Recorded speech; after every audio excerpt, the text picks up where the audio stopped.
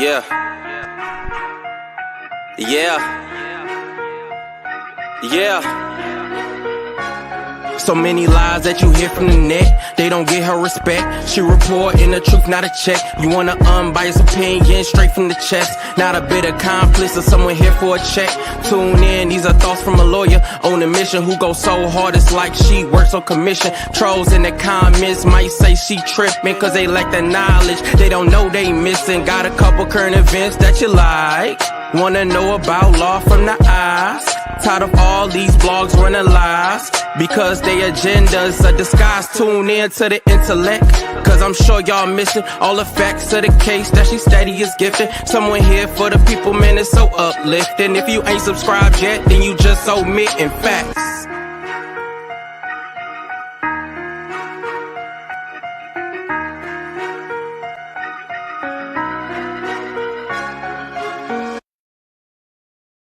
Hello, everyone. It is Pam Esquire, also known as your Law Intellect. Thank you guys so much for joining. Why is this crooked like this? My goodness. You guys, thank you so much for joining on this Saturday. I hope you guys are having a fabulous Saturday so far. I promised some of you guys that I would be reading from the transcript. It looks like Jane Doe. For those of you guys that don't know what I'm talking about, I am talking about the Sean Diddy Puffy Love Combs trial over there in the Southern District of New York. I do have the transcript with all of Jane Doe's testimony, which was Thursday and Friday. Obviously, Friday was a good 6 hours. I just got the transcript this morning from yesterday. And so it would probably be ridiculously long to try to do both of them. As to day one, what I will probably do from Thursday is there are a few moments that we read the tweets, the live tweeting, and I told you that sometimes there are parts that we don't really know because, of course, it's live tweeting, and so they can only get as much as they can get and all of that. So I'll probably just go through a few things so that we can understand the totality of how Jane Doe alleges she started dating Diddy or started her relationship with Diddy. And then a lot of the stuff seems like to me, based on the tweets that I saw from yesterday, was revisited anyway on Friday. So we'll do it that way, just so we're not taking up a whole lot of time. It's still going to be a lot of time. But since this is what y'all want, you know, I got to bring it to you. A few housekeeping matters. We talked about it on Thursday. Jane Doe is under a pseudonym. It is expected that she remains as such. I know a lot of people are guessing as to who they think that Jane Doe is. A lot of us, and all of that. But as I said on Thursday, do not put that name in my chat. All right. No guessing, no assumptions, no none of that. And the rationale, aside from the fact that that was what the court requested, and although it was targeted towards people in the court in the overflow room, which is actually an extension of the court, there has been talk, and the government basically said, we got the feds watching all y'all on YouTube, everybody on YouTube, and they're trying to, I guess, try to quell all of the speculations and have some type of consequence. And the judge, I guess, mentioned, like, do you know if any of these people putting the name out there is in the courtroom and all of that? And I told you I was going to come to that. And that's exactly what has happened. Situation happened with Mia, and everybody's nosy. And I understand that part of it is because there's certain descriptions. This stuff with Diddy has been going on for the last 2 years almost. Several people have filed lawsuits. Several breadcrumbs were left in these lawsuits. And so when certain people come up and they say certain things, you're like, oh, I think I know who that is. And that's what a lot of people are doing. They're to the point where they're putting pictures up. People are doing the headlines. They don't really give a damn. But as for me and my chat, we're not going to put the name, or I think Jane Doe is sufficient. If you guys know, then you know, keep it in your head, or you think you know, keep it in your head. I think we all have some speculations, but we're going to abide by that. I mean, literally, They were like, oh, we have the feds watching YouTube and watching all the streaming, even as we speak. So like even the people reading the tweets, even the people that are doing whatever, they are trying to catch it.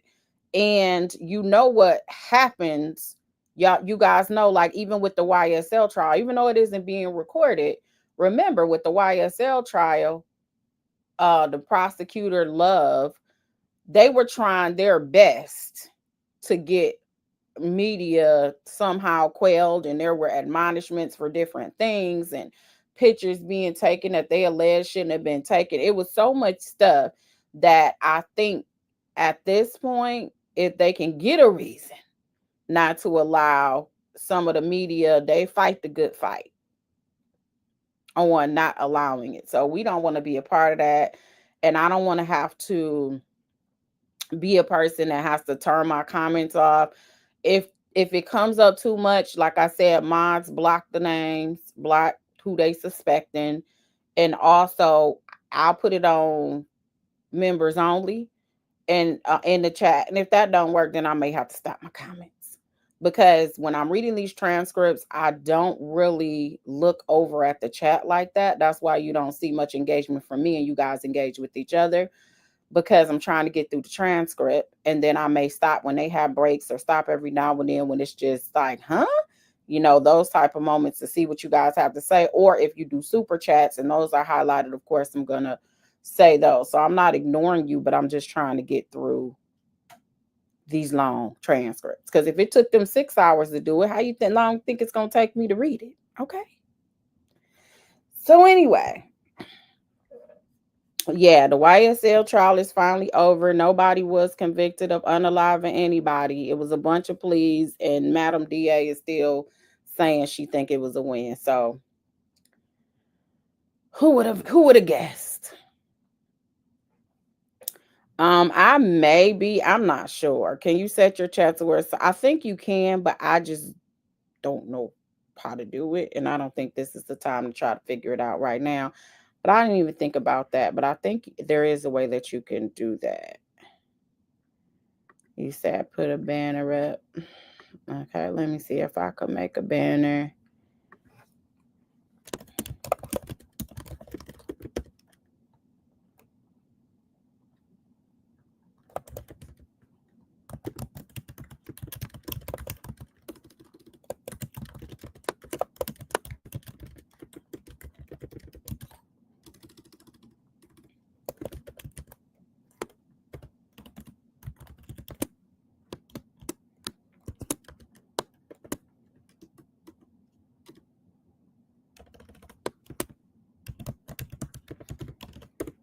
Okay.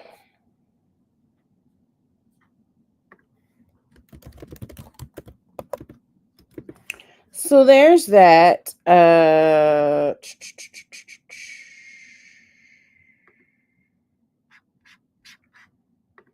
And you know what? The IE network, you need help, all right? You really do. You need help, okay? So you said I don't get how grown, because the thing with social media, and I said I wasn't going to get on here and just talk for 30 minutes because we got a lot to get into. And even though I love being on here, it's just, I'm trying to go to the mall, all right? Be honest. So the problem with social media is everybody wants to be first.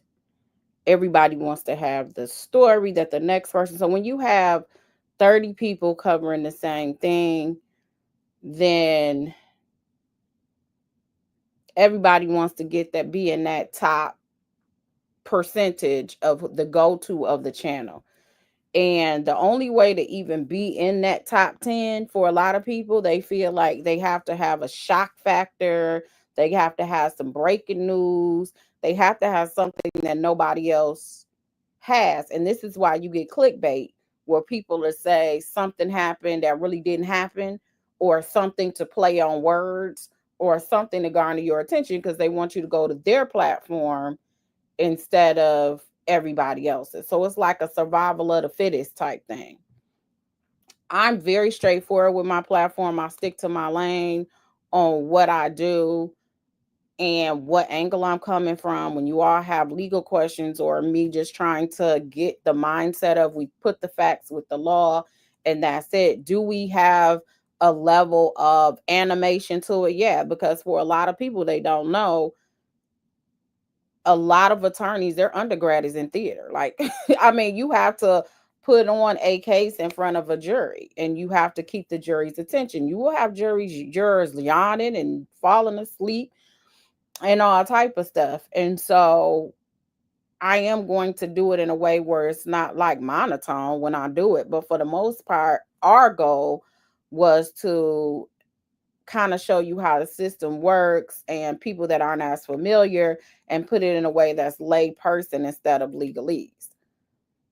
People seeing that this becomes lucrative, and so a lot of people are doing court trials and cases, and people that's never been to the court a day in their life or never covered anything, because when that's what's trending, people want to get on board with what's trending. Whether they really talk about sports most of the time, you'll see people crossing over to do this because they see the views that people get.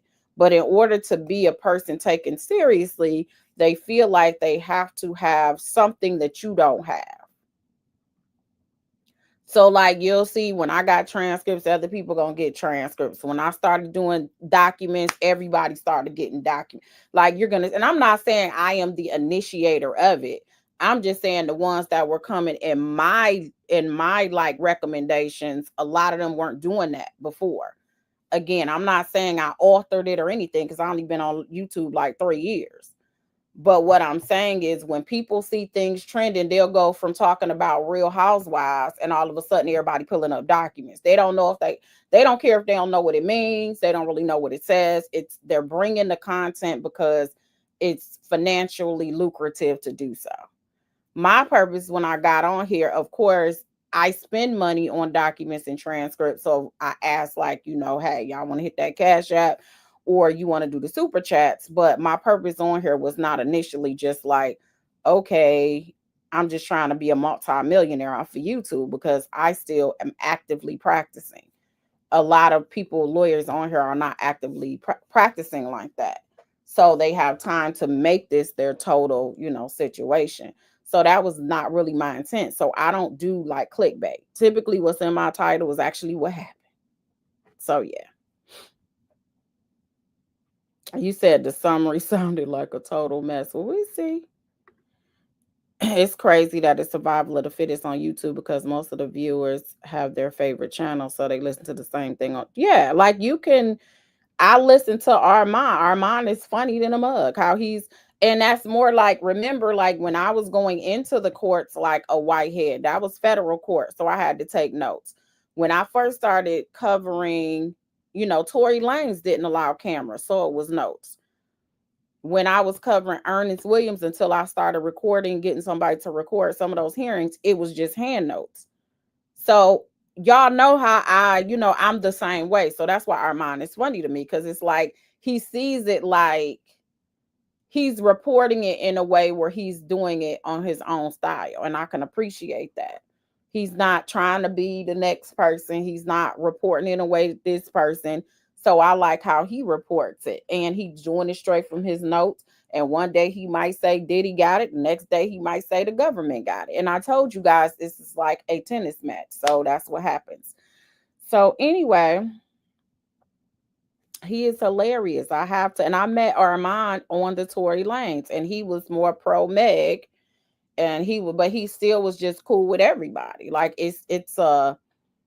you know, what's for you is for you. Can't nobody snatch it. So I'm not gonna sit up there and just hate on somebody else and hate on their channel and hate on this, because I feel like I need that to create a beef that doesn't exist in order to get numbers. That's not my point. I didn't know what I was getting into when I got on YouTube, because I just thought everybody just does their thing. They get their audience that cares about them. And then I learned about people that will put your name in the title when they see you growing. And then they'll try to create beefs with you just so you respond to it, because you don't really know what's up on YouTube. And then now you got a beef with somebody that you ain't even know you beefing with. I'm like, listen, I'm just trying to bring the, the facts of the case and the law. That's it. But everybody's not like that. So anyway, there's a few things from Thursday that I want to bring up before we get to this one for today. What was yesterday, the 6th? So that's not the one I want to do. Okay. Let me pull it up. So we know that on the 5th is when Jane Doe first started her testimony. So one of the things that I thought was very interesting, we went over a lot of the tweets. So some of the stuff is going to sound like, we've discussed it already because we have. So Westmoreland, of course, was the one doing cross-examination. She ain't to be played with. I told you all before, I felt like she should have more time, but at the end of the day, he has a big team. And it's also very fascinating to me to watch. Are they talking about this balcony incident? But it's fascinating to me to watch a team of defense attorneys with money. That you got a defendant with money that can actually bring it to the government. Like the government has all the resources, it's unlimited. They got the forensics, they got the experts, they have all of that. But to have, the last time we seen this was like the O.J. Simpson trial, where he was able to have a whole team. And the team is very important because in these type of trials, it can be very, very, very important because you have a person that may be good at cross-examining an expert. Like you saw, I think it was Spiro's husband ended up joining the team, being the 10th lawyer when the trial started or was about to start. And it happened to be the day before I think they were going to cross the expert. So apparently this expert was probably someone that they have dealt with before, or maybe they're a person that cross-examines experts all the time. Then you have Westmoreland, who we saw was doing her thing at the YSL trial.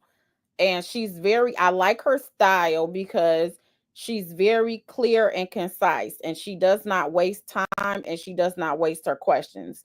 Every question has a method behind it. Sometimes when you are trained, you're trying to ask certain questions, and even though they don't necessarily have much meaning to it, it's like that's protocol to almost ask these questions. She's very methodical with her questioning, and you almost sit there holding your breath like, where is she going with this? Because there's always a drop the mic moment. Like it seems like it's always just a drop the mic moment with her. She's done it on Don Rashard, and she's done it on Brianna Bongolan. So she's very interested. We know Brian Steele, he also has a methodical way of doing things where he switches it off and on I'm nice to this person, I'm brutal on this person. And then he says things that get on the record, the judge be mad about what was said. And then he's like, okay, judge, thank you so much. But he has that Southern, good morning, Your Honor. How are you doing? How is the staff? How is everybody doing in this courtroom? Yes, Your Honor, everything is great. And then you just don't know which Brian Steele you about to get. So watching those two specifically and see like the New York, way of doing things and seeing the way they're doing. With Agnifilo, he is the lead attorney, and then him along with Garagos. They've been on there from the beginning. So from that sense, it does make sense to have them do the bigger witnesses because they've been on there from the beginning. Brian Steele, remember when they started, when Diddy was arrested, Brian Steele was still on YSL. So it made sense to have them, even though I would have liked, Nicole to do Cassie.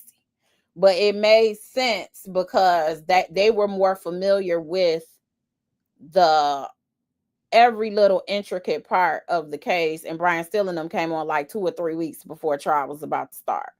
So I could totally see the decision behind that. And I believe as you watch Diddy, people say he's vigorously writing, passing notes. He is the head of his team. So he knows that Agnifilo, and he's giving them information and all of that. And then they have to, put it in there how they're supposed to put it in there. What is interesting too is there was headlines related to Diddy vigorously shaking his head and all of that. And apparently before court started or the jury was in, the judge basically said on both sides, everybody needs to not contact the jury and do any type of head nods and motions.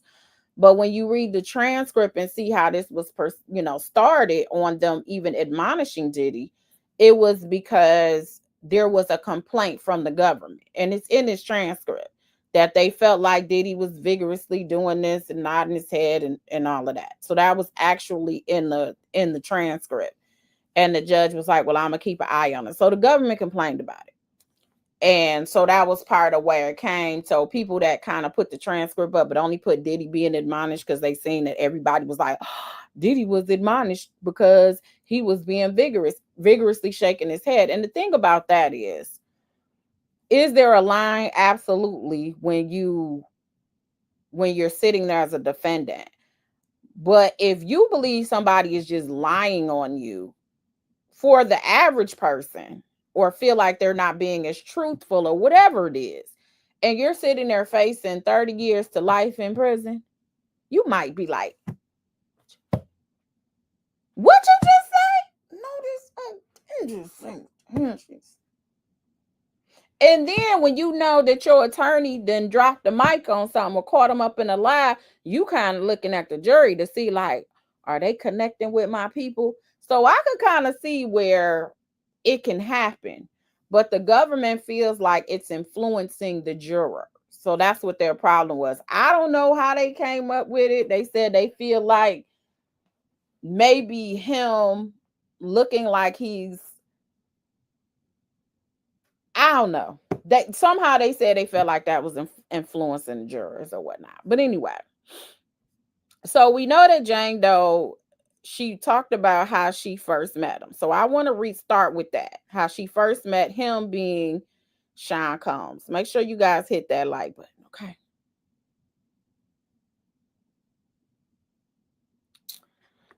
In my opinion, there were content creators complaining that he was nodding to the jury and said that they were going to bring it up to the prosecution team.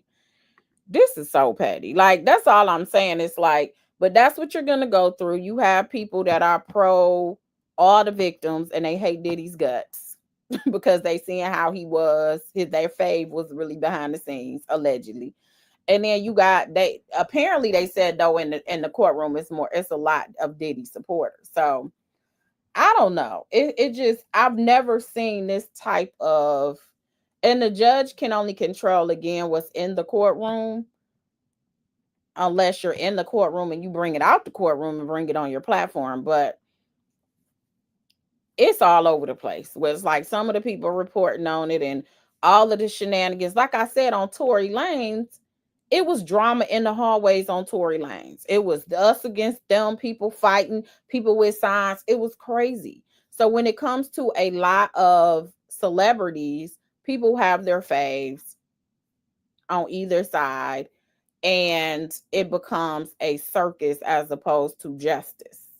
And public opinion has become obviously very important when it comes to public figures, because your money comes from people liking you, liking your music, liking your brand, liking whatever you're selling to them. You're only as good as, or your money flows from, what people think about you. So I get that, and trying to balance what the public thinks, but this is chaotic. When we go to court on a regular basis, ain't none of this. You might have 3 people sitting in the gallery. Like, it's none of this. So this is a whole different dynamic. And so people have to be very careful, because you can end up causing and limiting what you're allowed to do based on how you're conducting yourself. Because this is not Law and Order. This is not a movie. This is somebody's life, and this is real life. And I think people are really looking at this like content. And it's like, no, this is really somebody like fighting for, and they're windmilling on a daily basis for their life. So yeah. But anyway,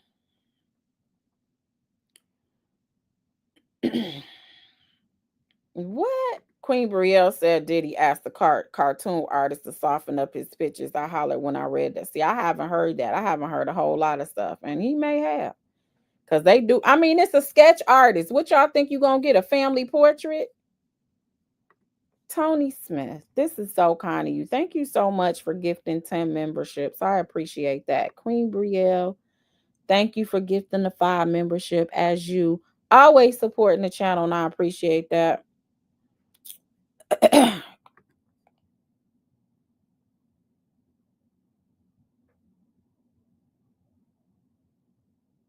Okay, Hudson Saint, thank you for the super chat. You said it's a lot of we've seen back and forth. We've seen all of that. The problem is if they want to be under a pseudonym and the judge grants it, because remember, Diddy was fighting not to have her under a pseudonym, and Diddy is in civil lawsuits of which the judge is not permitting most of these people to go under a pseudonym. They feel like it's unfair, and a lot of people do feel that way. However, from a criminal standpoint, people are not going to want to testify if they know their name is going to be plastered out here. It just does not work. So the government's position on that is, well, we want alleged victims to come forward and they're to testify, but they're not going to testify if they know they can't be protected. So that's really the issue. But there is an argument on whether they should even be able to go under a pseudonym. And that's been an issue in the civil lawsuits, because most people filed under Jane Doe or John Doe. And the judge has made a few people say, listen, if you don't reveal your name within 20 days, your case will be dismissed. So he's been pretty successful in the civil realm. But on this one, they like, nah. So it's a lot. Nebra said the repercussions of doxing her identity.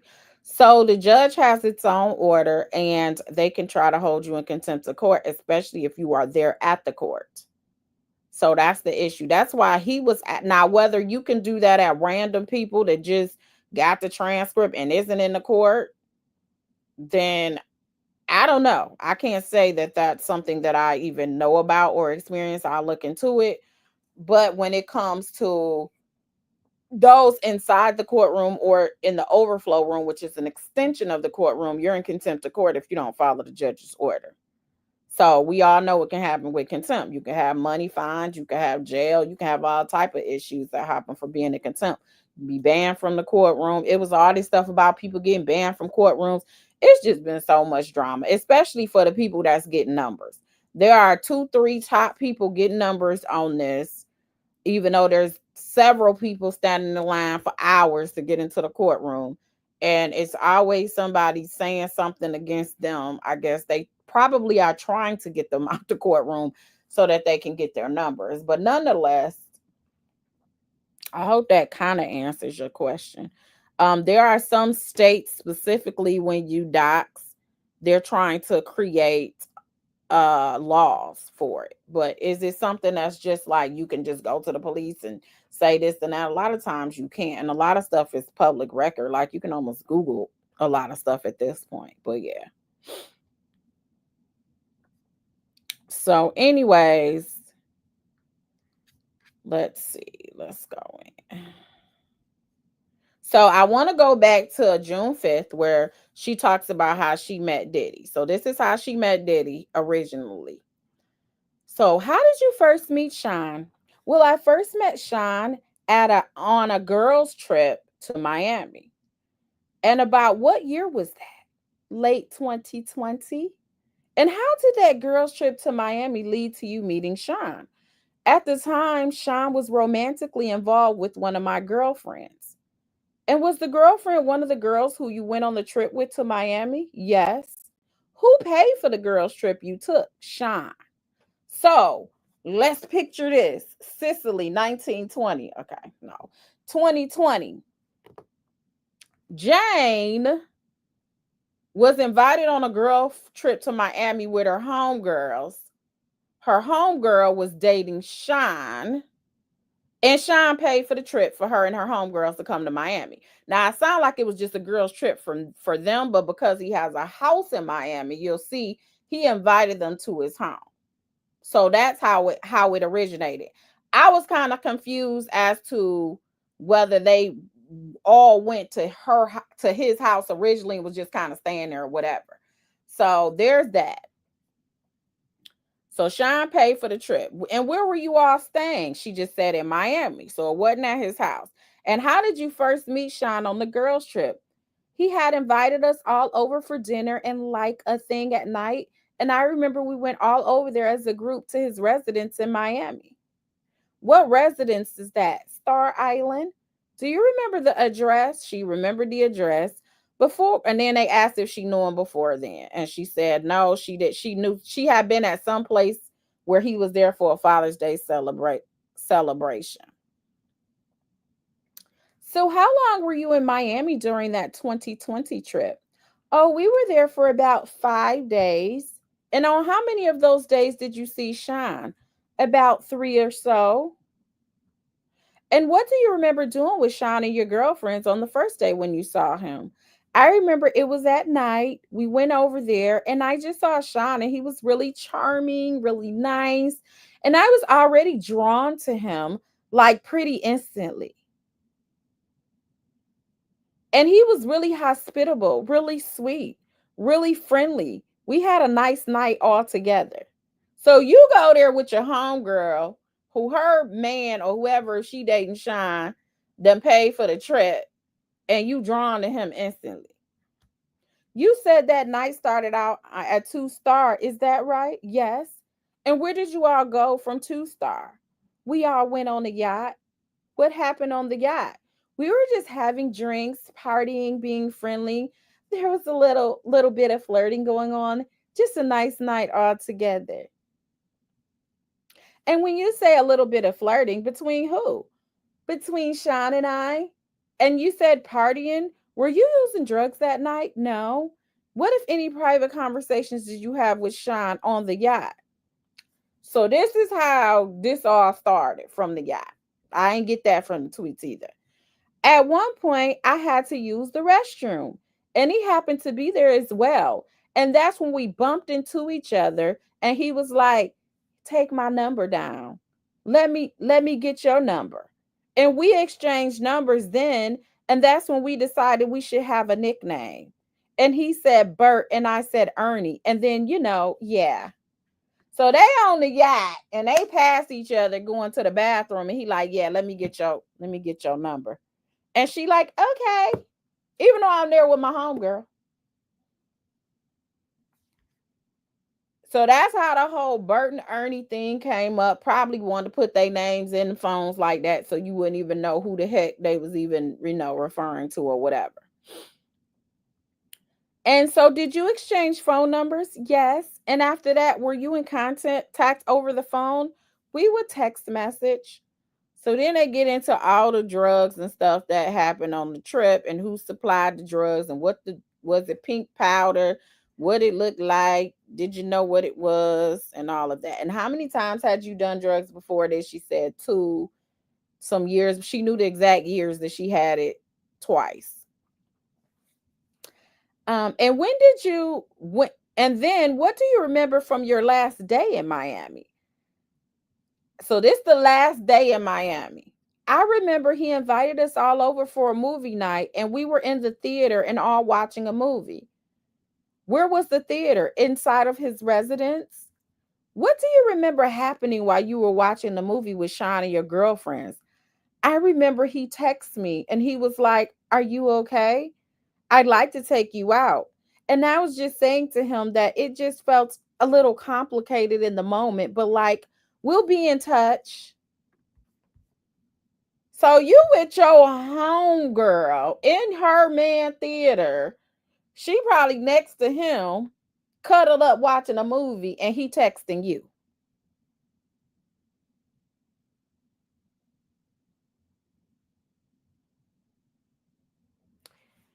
Okay. Messy. So they kept in touch. They was texting during the movies. Um so then they was just flirting with each other and all of that, but she never really seen him. She never really seen him. I guess according to her, he wanted to see her. She like, nah, I'm good. I'm good. It's complicated because of my friend. He would never got my number. That's when it got complicated, when you felt an attraction and you knew he was there with his home with somebody else he was kicking it with, and you were a person that was that got it, took his number and was texting him and flirting with this man, and you sitting here with your homegirl, and y'all done put nicknames in a phone and all of that. That was the first problem for me. Okay. Okay. So then let's get into the whole.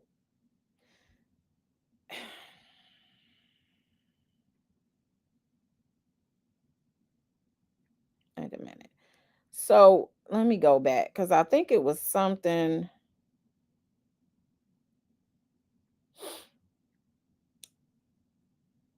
So why were you hesitant at first? This is about being with Sean. Because I was still being considerate of my girlfriend who still had feelings for him. And yeah, what if anything changed?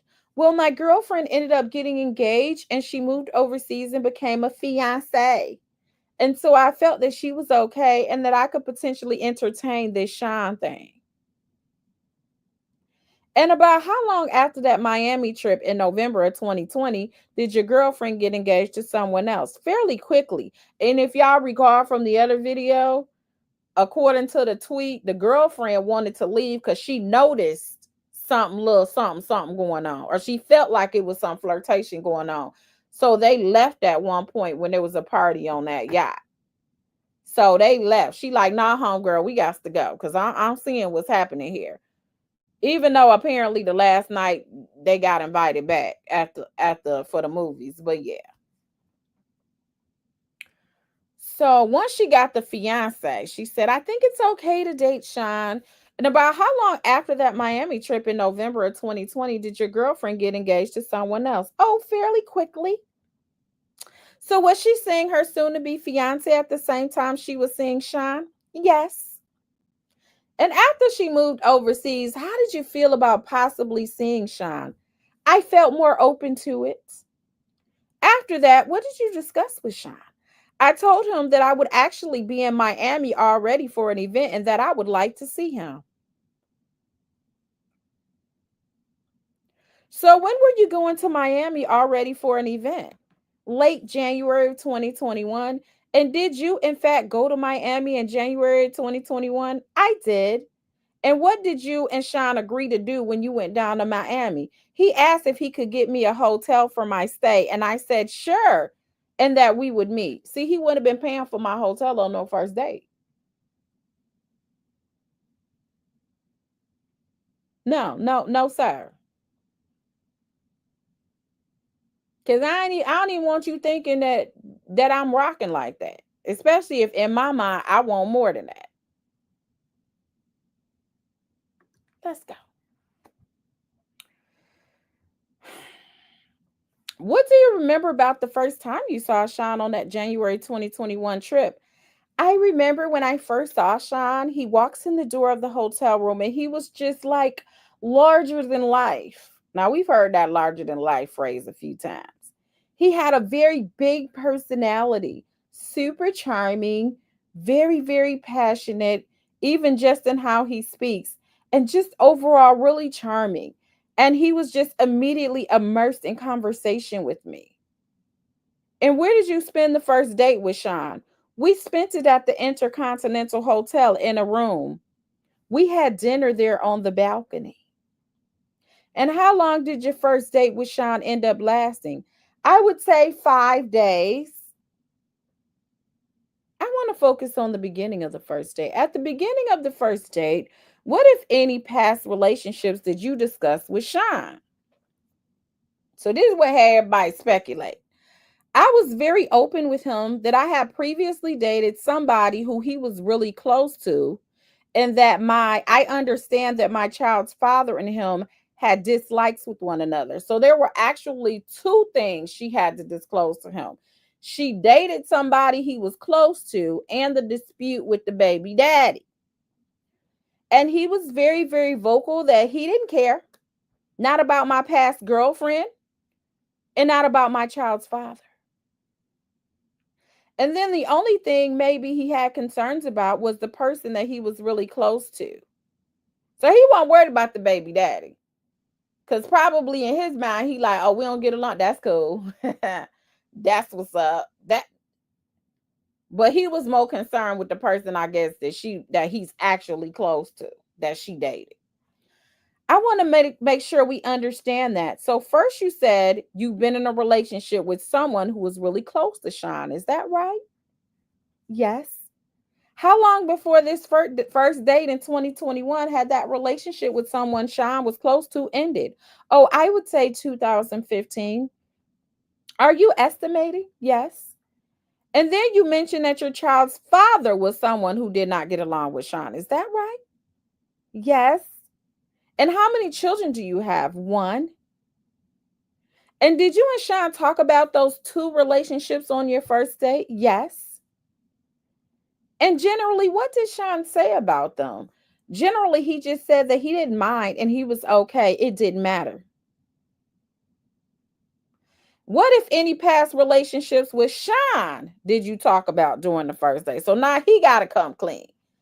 Just the relationship with my girlfriend at the time. And what did you discuss about that?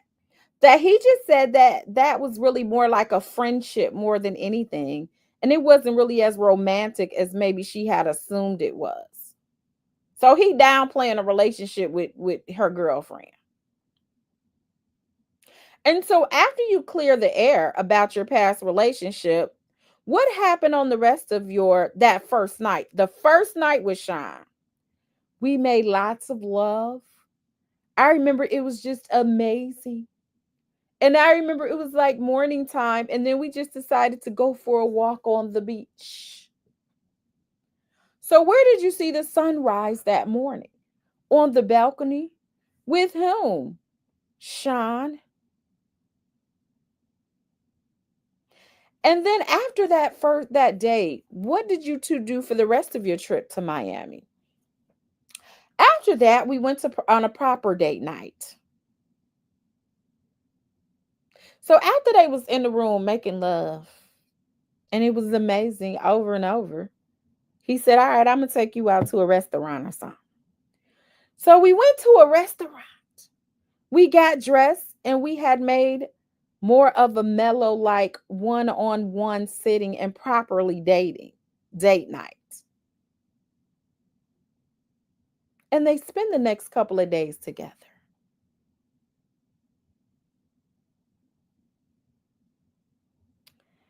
So then they asked, when you left Miami after that trip in January 2021, how did you feel about Sean? I was pretty head over heels for Sean.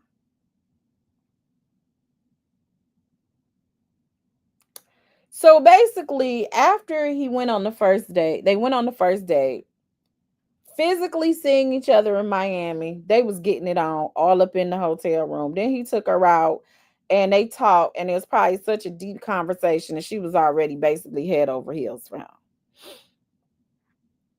So then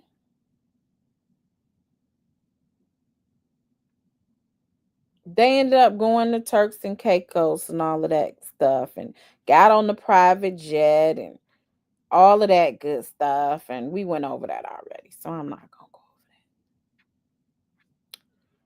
that. And for somebody, they mentioned about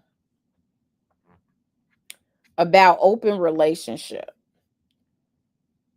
Another thing that came out in this transcript was Sean told her, I really like you, but I like her, and your mama too. Okay, he didn't say her mama, but you get what I'm saying.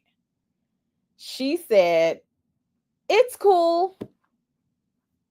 I just like you so much. It's cool. And then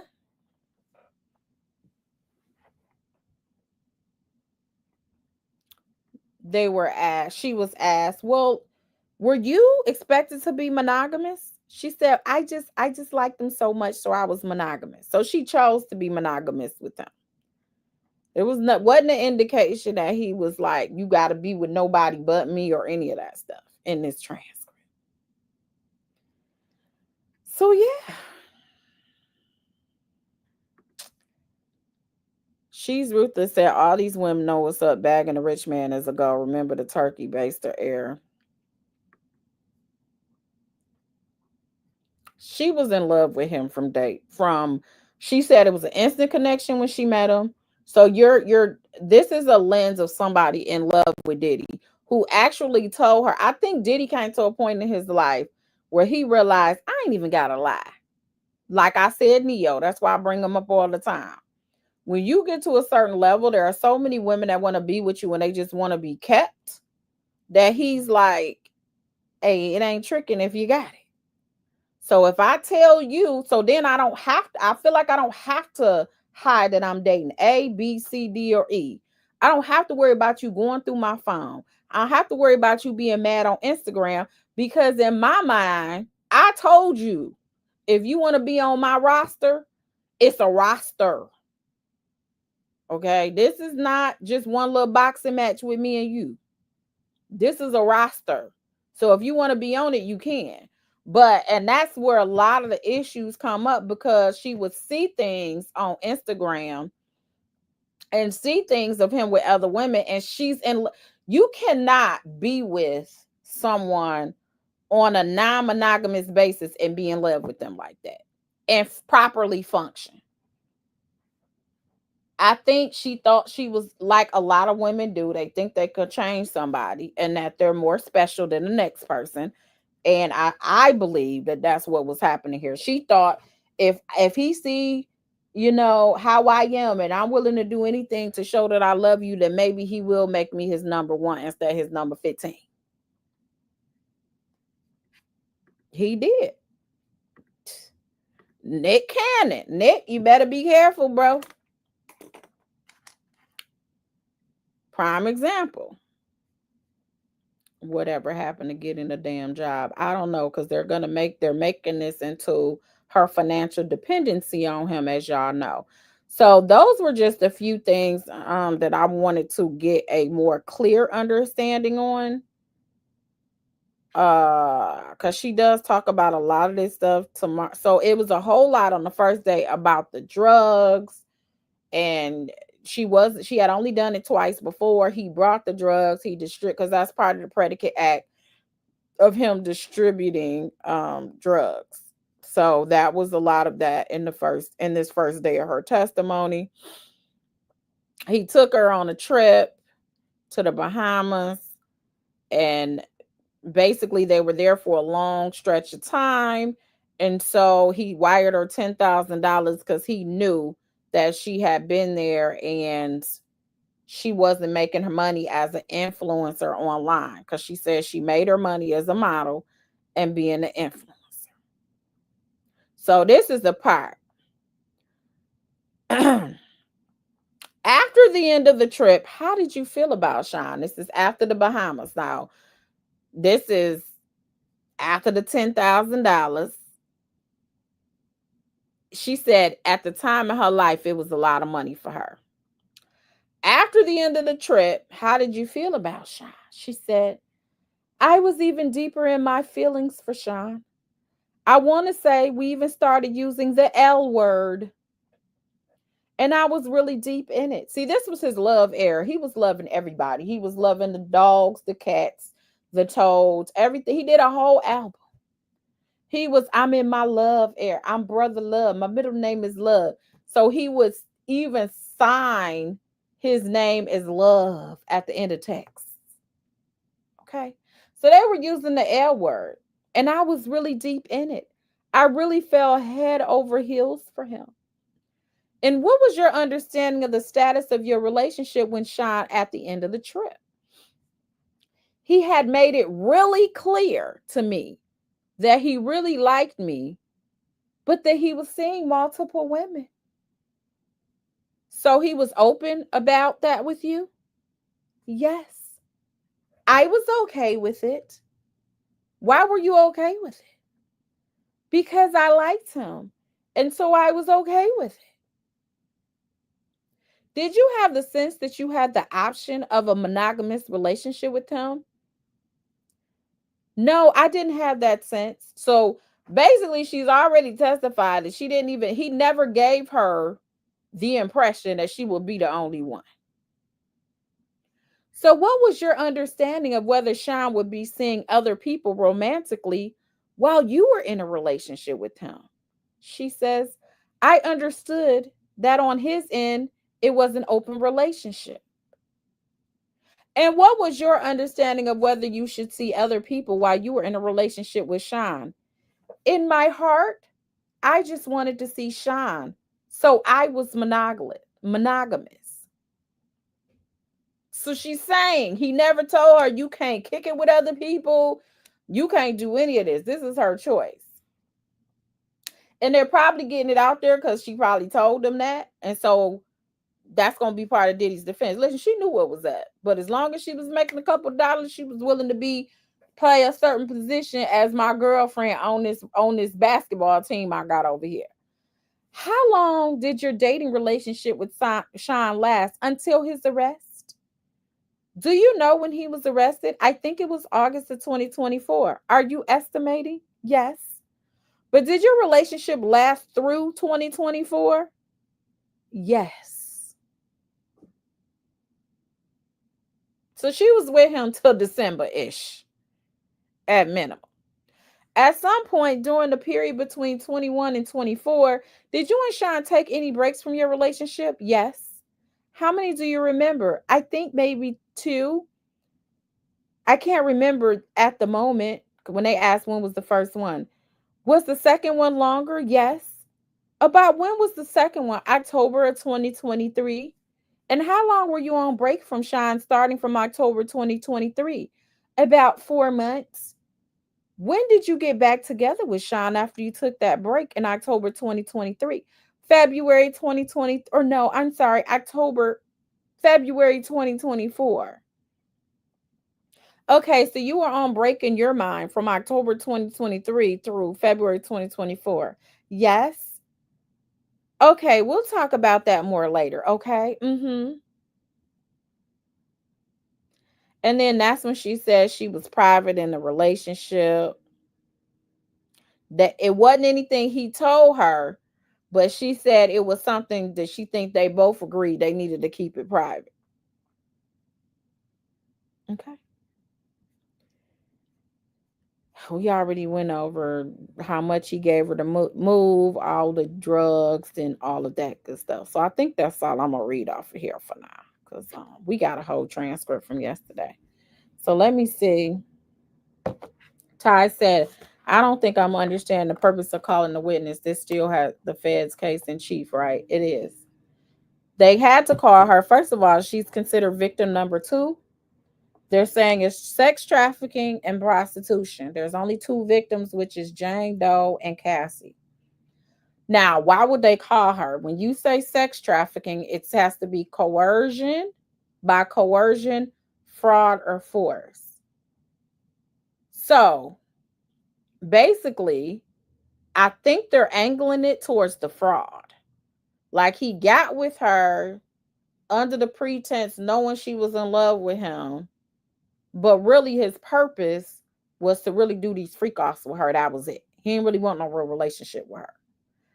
My issue with that, as you'll see when we go through the transcript, is just she knew that he ain't want no relationship. He said he's single and he just dating a bunch of people.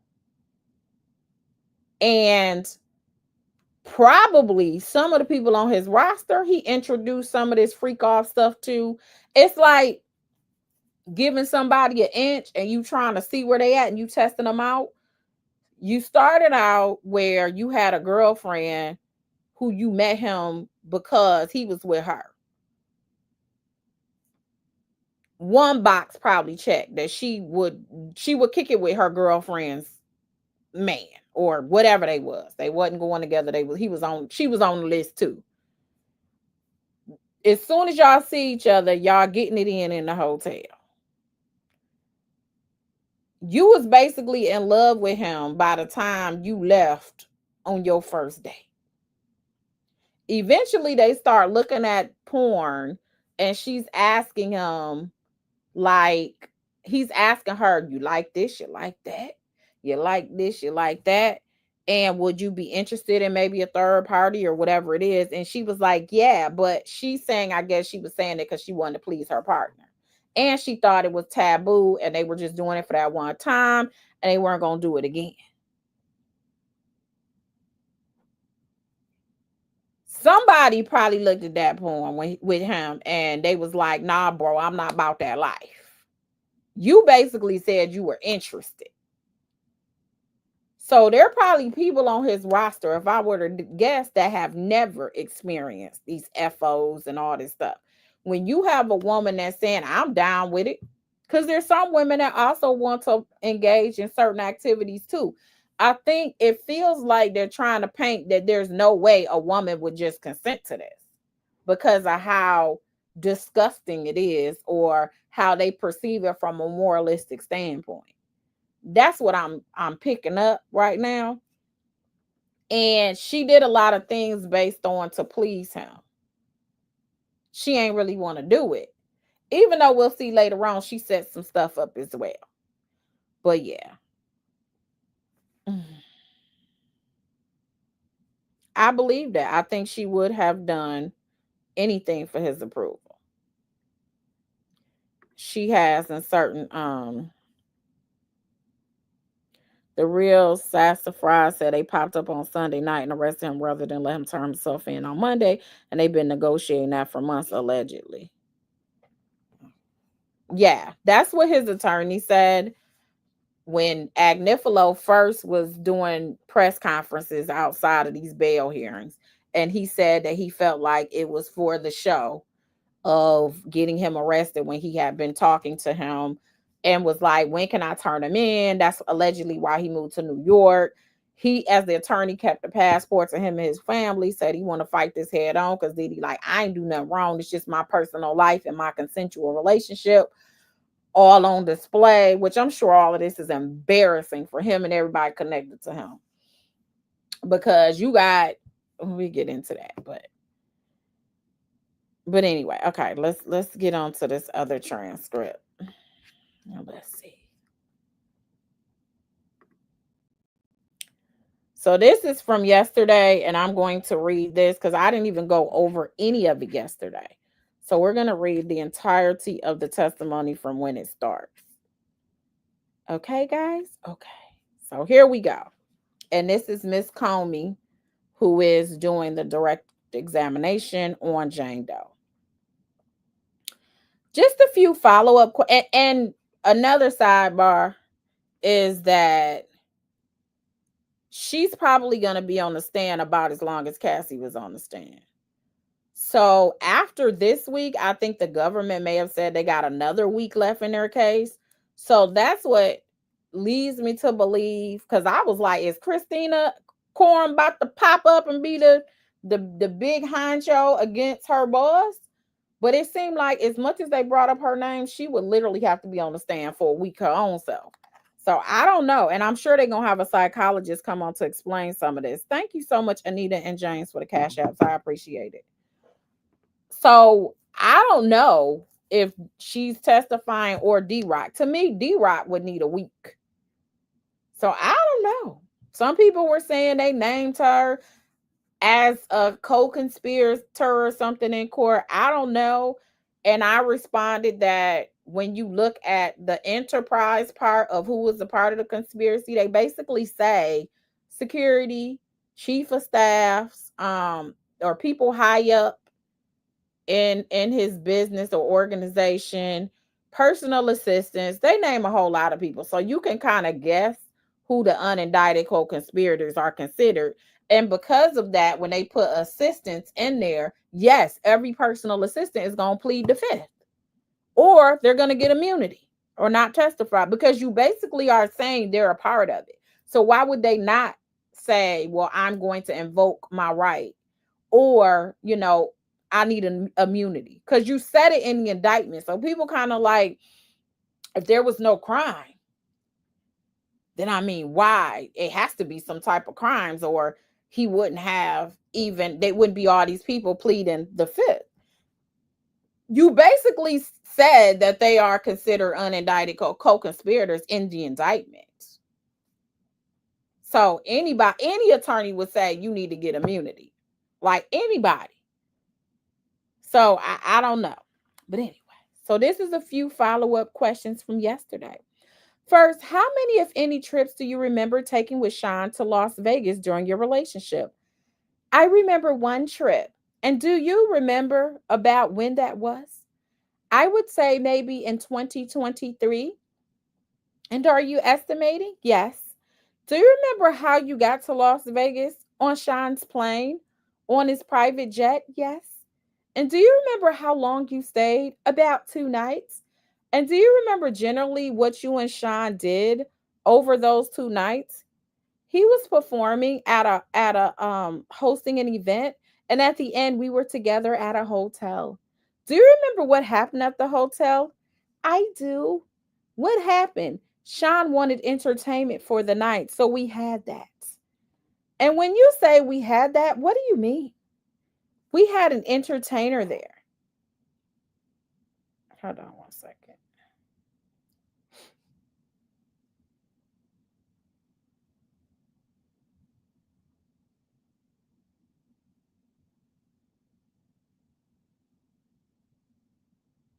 Oh my gosh. Remember, I got to tell y'all about that. Okay. We had an entertainer there. So did you have a hotel night? Yes. Remember, hotel nights is the new name for the freak offs. And did you have X with the entertainer? Yes. And was that in generally the same way you described for us yesterday, following that same pattern? Yes. I want to ask you about certain phrases that may have been used during the relationship. When, if ever, did Sean refer to going off the grid? I can't really remember, but that was a phrase that was used. Do you remember what it meant or no? It just meant like to be free, like to go off the grid, to be carefree. And when, if ever, did Sean use the word freak when communicating with you? He used it various times in our relationship. And in that context, and in what context, if you remember, to describe me, to describe you. Yes. Can you explain what you mean? Like he wants his freak. And when he said he wants his freak, what did you understand Sean was telling you? That he wanted me to be wild and actual. Now, I want to pick up where we left off yesterday, talking about the pattern of the routine of these hotel nights. Okay. During hotel nights, usually, what if any protection would you and the entertainer use during the intercourse? None. Why none? Because that was my partner's preference. And who is your partner? Sean. Did you ever ask Sean if the entertainers could wear condoms? There was an objection that was overruled. Yes, once or more than once. More than once? About how many times do you remember asking Sean if the entertainer could wear a condom while you were in the hotel room? I can only recall twice. What's the first one that you can recall? The first night with Don. So she did say that in the other transcript. She said she wanted a condom and he did have her wear it. He had Sean had the entertainer wear the condom. However, it was like right before he was meeting his maximum, he would take it off, I guess, so he can, squirt, I guess, all over her. Okay, so that's the first night with Don. And what's the second time you can recall? One time at a Miami hotel. Okay, we'll talk about that in a little bit, okay? And those 2 times, how did Sean respond? He responded dismissive and kind of just almost, I don't know, just in a sense like guilt tripped me out of it, and that he it wasn't something that he wanted to see. What was Sean's tone when he had these 2 conversations with you in the room? A bit condescending, like just wanted me to move on from the subject, like as if it was just It just wasn't going to happen. So I like stopped asking. In either of those conversations, did Sean explain why he did not want the entertainer to wear a condom when having sex with you? Yes. He said like he didn't want to see it like a rubber while he was watching.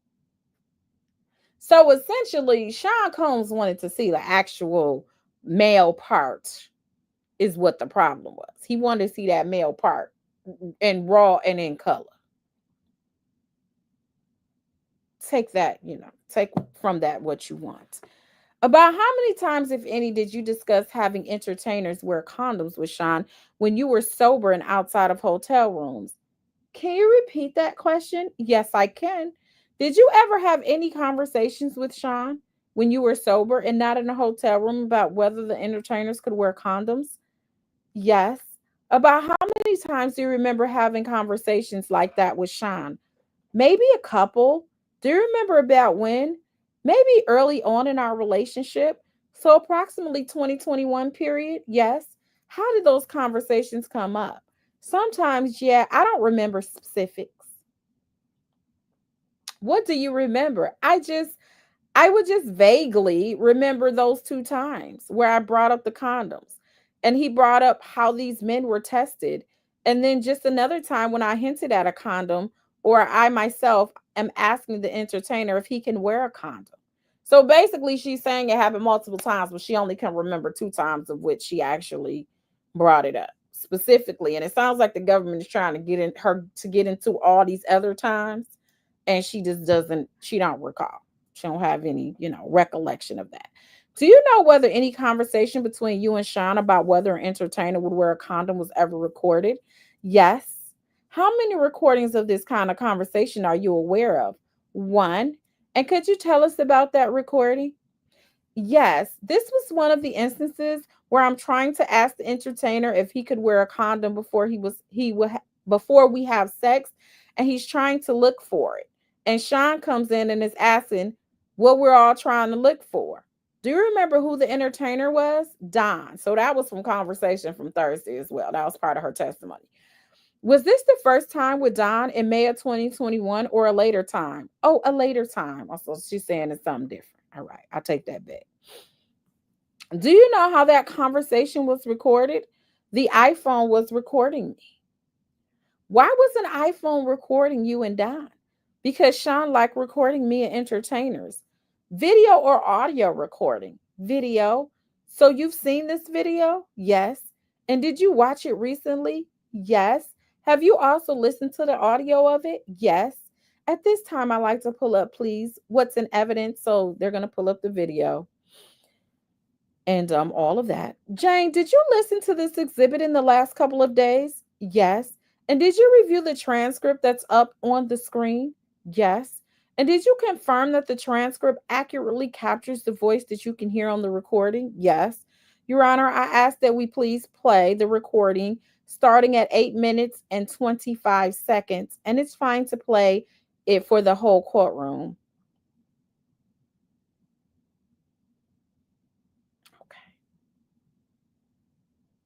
So they played a recording. Jane, I want to ask you a couple of questions, and then I'm going to play this again and pause and ask you some specific questions about it. Okay. Okay. Okay. So first, those whose voices did we just hear on that recording? It was myself, Sean, and Don. And what were you asking Don to do at the beginning of the audio we just heard? I was asking Don if he could see if there was a condom around and if he could wear a condom. And then what did Don do in response? He started to look for one. And then what? And then who came into the conversation at that point? Sean. Had he been out of the area when you and Sean were at that point? Yes. And then when he came in, what did Sean say? What are you guys doing? What do you guys want? And I said, a condoms. Or I think Don said she's looking for a condom. Is that your independent memory, not what you can hear on the audio? Yes. And then when you later in the conversation said you promised, what were you referring to? I'm referring to a conversation I had with him that I just preferred to wear condoms and if we can wear condoms. And in that, had that conversation taken place before this hotel night? that was being recorded? Yes.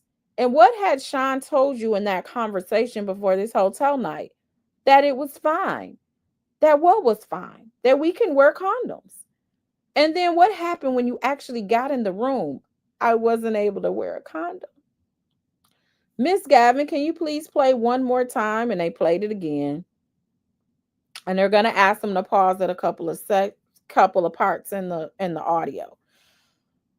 When you said I think they're in the chair, what were you referring to? Condoms? They played some more. What did you understand Sean meant when he said you were just taking that dick? That it's already happened without a condom. So why am I looking for a condom now? What's already happened without a condom? X intercourse between me and Don. So then they play some more. Jane, when Sean said if you don't touch yourself right now, what did you understand he was saying? I understood he was saying if you don't just move on from this and just forget about it. Did you understand then what? I just understood that my request is just going to be denied. So just move on from this request. And what was your request? To wear a condom. Why did you feel like you needed permission from Sean to have the man who was having sex with you, your body, wear a condom? I don't know. I'm just still trying to process even that. So she probably in therapy too. Can you explain what you mean when you say you're still trying to process? There's an objection. Well, hold on. Hold on for a second. Miss Comey, could you rephrase the question that you asked? Jane, I asked you why you felt like you needed permission from Sean to have the man who was having sex with your body wear a condom. So then there was an objection. She already answered it. It was overruled. And your answer was you're still trying to process. And I'm asking you, could you explain to the jury what you mean when you answered you're still trying to process it? So it was sustained. So then they had a sidebar.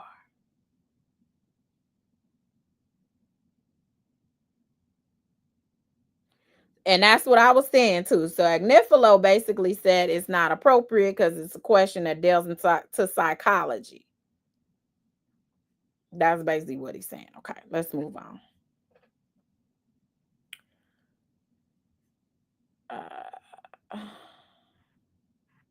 Let me go. All right. They're back with the jury present. We can take this down. Thank you, Miss Gavin. Jane, in that moment that we were just listening to, why didn't you just insist that Don wear a condom? Because I just didn't have to disappoint my lover. And what did you think would happen if you disappointed Sean? That he would be unhappy. And what happened when he was unhappy in your experience? It was an objection that was overruled. He would just be just not happy, just not in a good mood or satisfied with the night.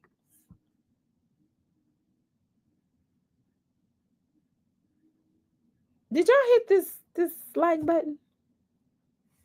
Right. That's what I was thinking. I was like, I hope she on prepper. See, his response was, well, they get tested.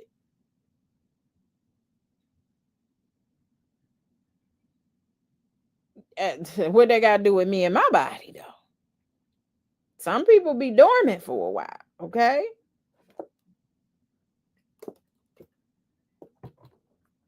And Max said that he'll be unhappy and not pay my rent. So that's what I was thinking. I said, oh, is this going to be another bust you in your eye, fling you across the room and all of that? That's what I was thinking.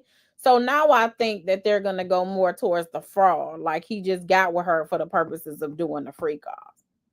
So she just didn't want to make him unhappy. I don't know. She's still on the stand. We don't know if it's any DV or anything alleged in here, but that's what she said. She said she didn't want to make him unhappy. She wanted to satisfy her lover.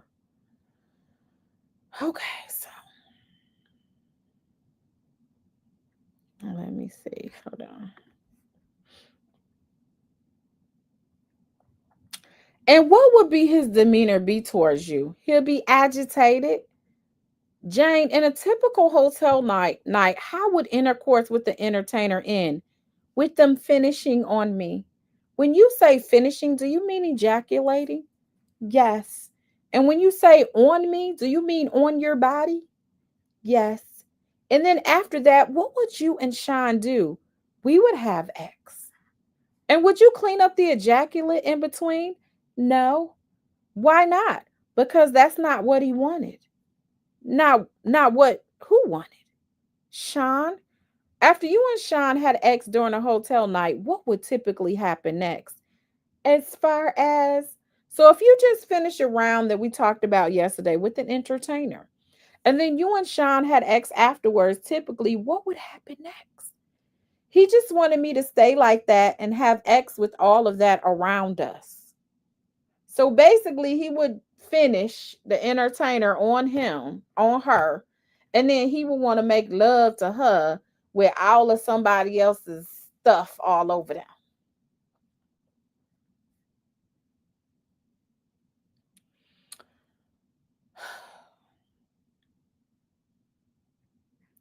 And then afterwards, just like play around with it. Just playing around with it. And now, after you and Sean finish having intimate time together, what would you do before starting another round, either with the same entertainer or a different entertainer? I would just take a shower and get ready for the next one. Would you put on the same outfit or a different outfit? Different outfit. And a typical hotel night, about how many rounds of the kind of X that you talked about yesterday with the entertainers and then with Sean would you go through? Objection. Oh, they out there cutting around my house. I'm like, what is that noise? Okay. Objection ground. Same as yesterday. Objection to the same question. What that's overruled. I would say every entertainer was different. Maybe sometimes it would be one round with one, or it could be up to three with another. Who decided how many rounds you would do in a single hotel night? Sean. Who decided how many entertainers you would be with in a single night? Sean. Did you ever get tired during these nights? Yes. Who decided whether you could stop when you were tired? Sean. Are you okay to keep so she got are you okay to keep going or do you need a break? I need just 1 second. Yeah, take your time, take your time. Okay. I'm sorry. What was your question? The question was when you got tired and wanted to stop, how, if at all, did you communicate to Sean that you wanted to stop? I would just give like subtle cues that I was tired. Just that I would say I was hungry, or I would lay down, or I would just kind of give him little faces. What kind of little faces? Just like, just small gestures. And when you gave these subtle cues, did Sean react the same way each time? Yes. What was his reaction each time you gave him one of these subtle cues? Just like he would say, like, you're not getting tired on me, are you? Let's finish strong. Or let's end on a high note. Why didn't you just say you were done and you wanted to stop? I don't know. Jane, what would Sean give you, if anything, to keep you awake, to keep having sex with the entertainers? Ecstasy? About how much ecstasy would you usually take in a single hotel night? A lot. Objection. There was a time period. Okay. And a typical hotel night between May of 2021 and October 2023, one that followed the same pattern we talked about yesterday. Typically, about how much ecstasy would you take in a single hotel night? A lot. It varied. I don't know, but a lot.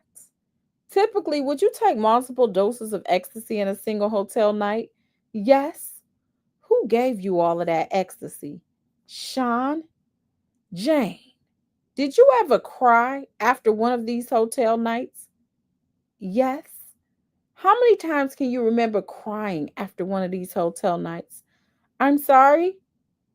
2 times. Are those the 2 times that stand out in your memory? Yes. Would you tell us about the first you remember, please? I just remember that there was the night that I thought we were going to have like just a date night and it would be one on one. And he said that there would be an entertainer, but just for a little bit. And I hung on to those words of just a little bit, meaning that it would be just something quick. And he said it would be just something quick. And what was something quick ended up just being like 18 hours of that. And I just remember it was like 3 rounds with this guy. And like at the very end, I just remember Sean like saying he had to leave. And I just like was so high and just feeling so lonely and just like sad. I didn't want him to just like leave me like that, feeling like that. And I just started crying. And I just was masking it and just saying that I was missing him. But really, I just went through all of that and was feeling terrible that he was going to leave me alone. And I just remember that it was just a bad memory. When you cried, were you alone or were you with someone else? I was with Sean. So did you cry in front of Sean? Yes. Do you remember where this particular hotel night happened? At the Waldorf in Beverly Hills. Do you remember about when this was? Maybe early on in the relationship. Do you remember how Sean reacted when you started crying? Yes. He said, "Are you crying?" And just looked like almost disgusted with my face. What ended up happening after that? After that, he just started playing music, started smoking, and just kind of had me sit next to him. And I just remember just like clinging on to him, like I just wanted to be right next to him. And he said he would move things around with his family and I could come home with him. And I remember I just when I came home with him, I was just up under him. Like I just really wanted to feel like help him after a night like that. And I just wanted to feel like be in his arms.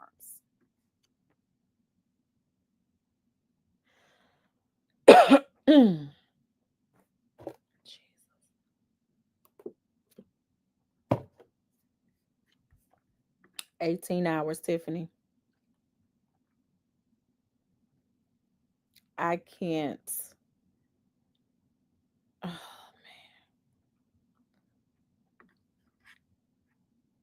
Apparently he had other stuff to do and then he moved it around and said, "You can come home with me since you crying."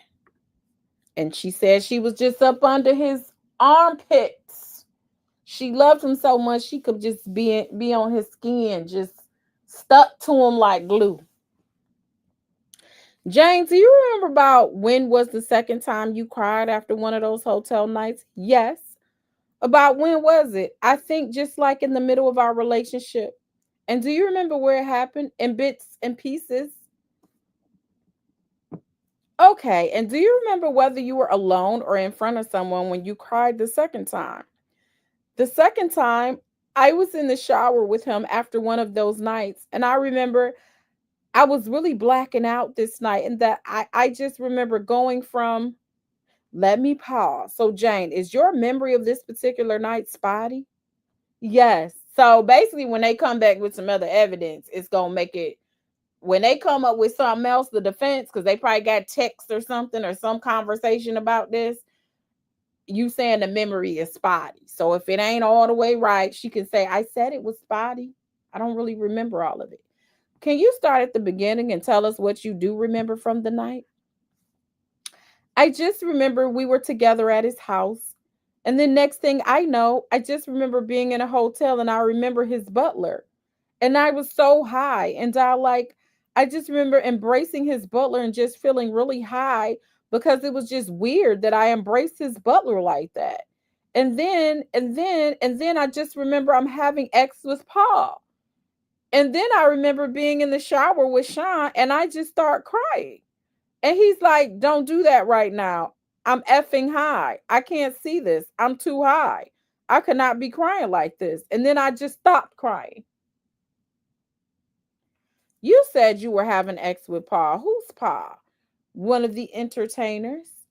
Throughout that night, when you were blacking out, what, if any, drugs had you taken? Ecstasy. Who had given you that ecstasy? Sean. Jane, from your perspective, who did the most work during each of these hotel nights? Me. Why were these hotel nights work for you?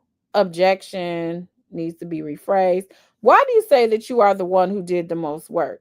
It was just all me. It was just all me from just start to finish. So he ain't even participate with what was going on, it sound like, with them. He just watched her going round after round after round for 18 hours. So this is where you say if she blacked out and she don't even know what was happening and he gave her the drugs, and then you wake up in a hotel and she don't know what's going on, and that's what she's saying, and the next thing you know, Paul is she doing this with Paul or whatnot. Coercion. This is what she's painting here. Is that she was forced to have sex with someone and she didn't even know what was going on because she was so high and he had given her, and Sean Combs is the one that gave her the ecstasy. So that's what they're painting here. All right. And she was the one putting in the work. So it was sustained. Jane, did you want each of these hotel nights to end? Yes. Did you do anything to try to get them to end? Yes. What did you do to try to get these nights to end sooner? I would try to have X with them as soon as I could. Try to have X with who? The entertainers. And why would having sex with the entertainers as soon as you could make these nights end? Because then that would mean they would finish faster. What did you do to try to get to having X with the entertainers sooner? Just everything. Just foreplay and then bringing them into the room. How, if at all, did Sean react when you tried to bring the men into the room or do other things to speed this up? He didn't like that. How do you know he didn't like that? Because he would then ask me to slow things down or do more of the foreplay. Do you remember what words he would use? So there was an objection, so they had to rephrase their question, they being the government. So, Jane, focusing on the period between May of 2021 and October of 2023. During that period, as you sit here today, can you remember any specific words that Sean said to you in response to you trying to speed up these hotel nights? Just like, I'm not ready to see that yet. Or just like, not yet. Just, it was just like a pullback. Like, hey, baby girl, slow down. You're moving too fast. All right. Basically. Jane, at the end of a typical hotel night between May of 2021 and October 2023, how did you typically feel? There was an objection. It was overruled. They had a sidebar.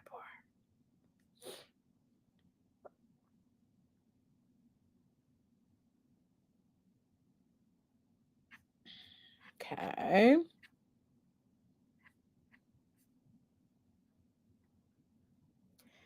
Jane, in your experience, did you feel typically the same way after one of these nights, or did you feel different each night? I would typically feel the same. Could you tell us how you would typically feel? With Sean, I would feel really happy to end my night with Sean, but I would really fight to block out just like how sad I felt after. And did you and Sean typically do the same thing after one of these hotel nights was over? Or did you do different things? Typically, how we would end the night, we would end it together. And typically, would you end up going to the same place? His residence? Is that where you would typically go after one of these nights? Yes. And could you tell us typically what you would do when you went to his residence after one of these nights? I would make sure I would just make sure that he was like showered and just clean. And I would cook for him. I would massage him. I would put on his favorite show. And then I would finally get to cuddle with him and sleep with him. Girl, oh no. So you don't put in hours and hours and hours of work. And then you would go to his house, scrub his back, scrub his toes, cook him dinner, put on his favorite show, and cuddle with him. Fix it, Lord. Fix it. That's it. Yeah, she definitely wanted to be chose. Jesus. Because you are what it is, it just sounds like you're competing. You know he got a roster, and like I said, a lot of women think they can change somebody. And if you show you're willing to do anything for them, then maybe you'll be chosen. However, you ain't the only one that think that they want to be number one. And you ain't the only one probably washing his back, cutting his toenails, cooking his food, and all of that to try to get to that spot. So you're probably not doing much different than somebody else is doing. And he told you it was more than you. Yeah, and I'll date you, but I'm dating her, and her too. You down? I'm down. We in an open relationship now. If you want to be my girlfriend, know that I'm gonna have 5 other girlfriends, okay? Or 15 or whatever I feel like for the year, depending on how much I want to spread my love around.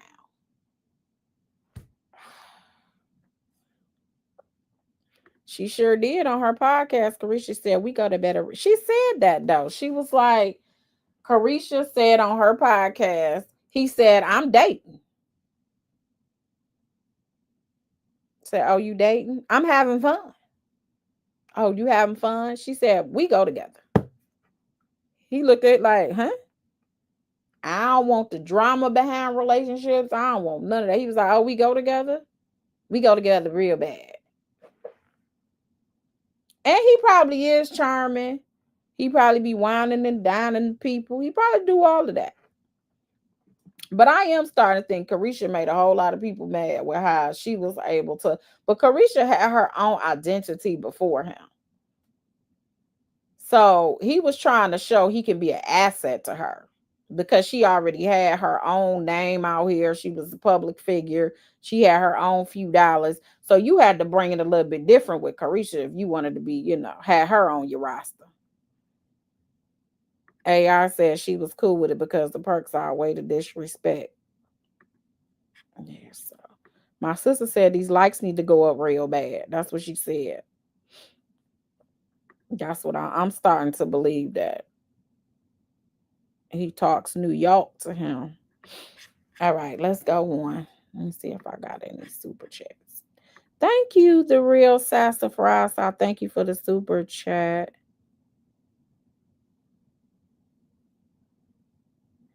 DB says she had people in tears for her in court. She probably did. A lady 747, especially women, because don't nobody want to see that you had all. And they said she was crying every 10 minutes. She was crying a lot.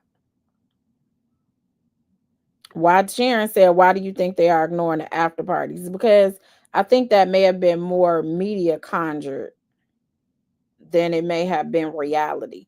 Because I told you guys when Cassie was on the stand, Cassie was basically saying that they said the X tapes they've gotten came off of Cassie's devices she had in her possession. And one of those was Diddy's device, but it was in her possession.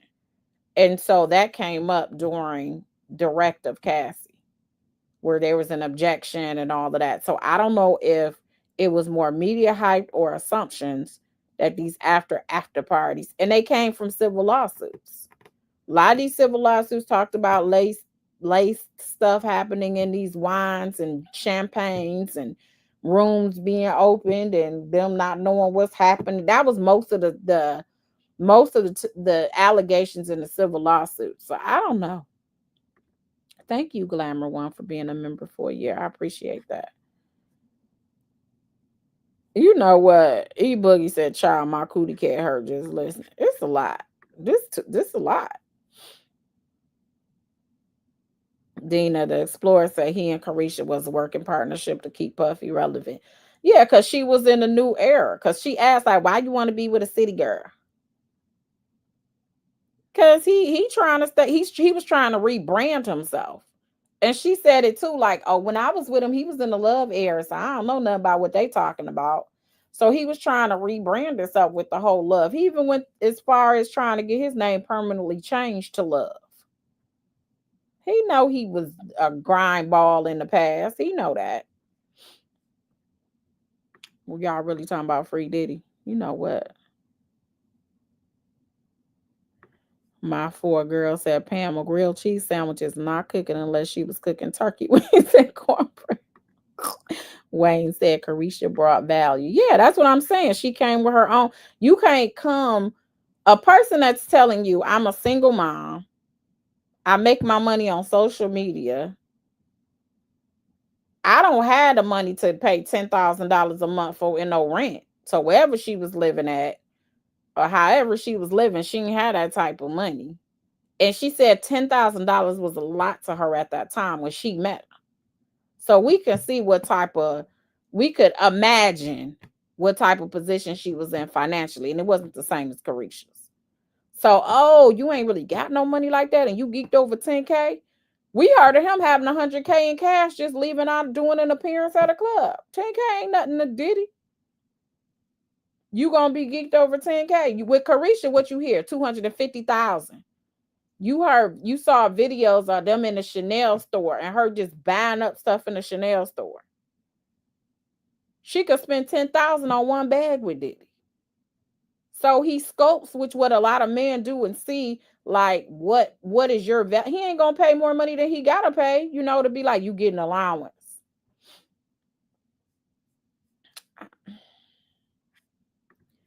Meanwhile, he's spending and giving big money to Carisha while she was doing all that for peanuts, allegedly. Yeah. Let's go on, y'all. Make sure the like button is hit. Subscribe to the channel. We working on Saturday. So she will massage him and all of that good stuff after doing these hotel nights for hours and hours and hours. When you say him, are you talking about Sean? Yes. Jane, I want to keep focusing on the period between May 2021 and October 2023. During that period, so this is before the breakup, because remember she said they broke up from October 2023. She said to February 2024 they broke up. During that period, were there any parts of these hotel nights that you enjoyed? Can you repeat the question? Were there any parts or points in these hotel nights that you enjoyed?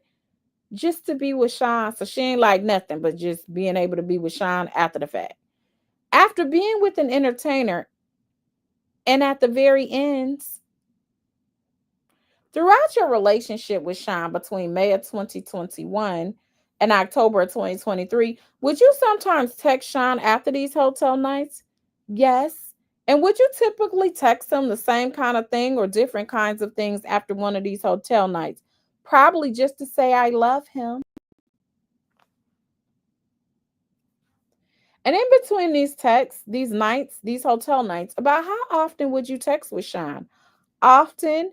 And what, if any, actually explicit text would you send to Sean in between hotel nights?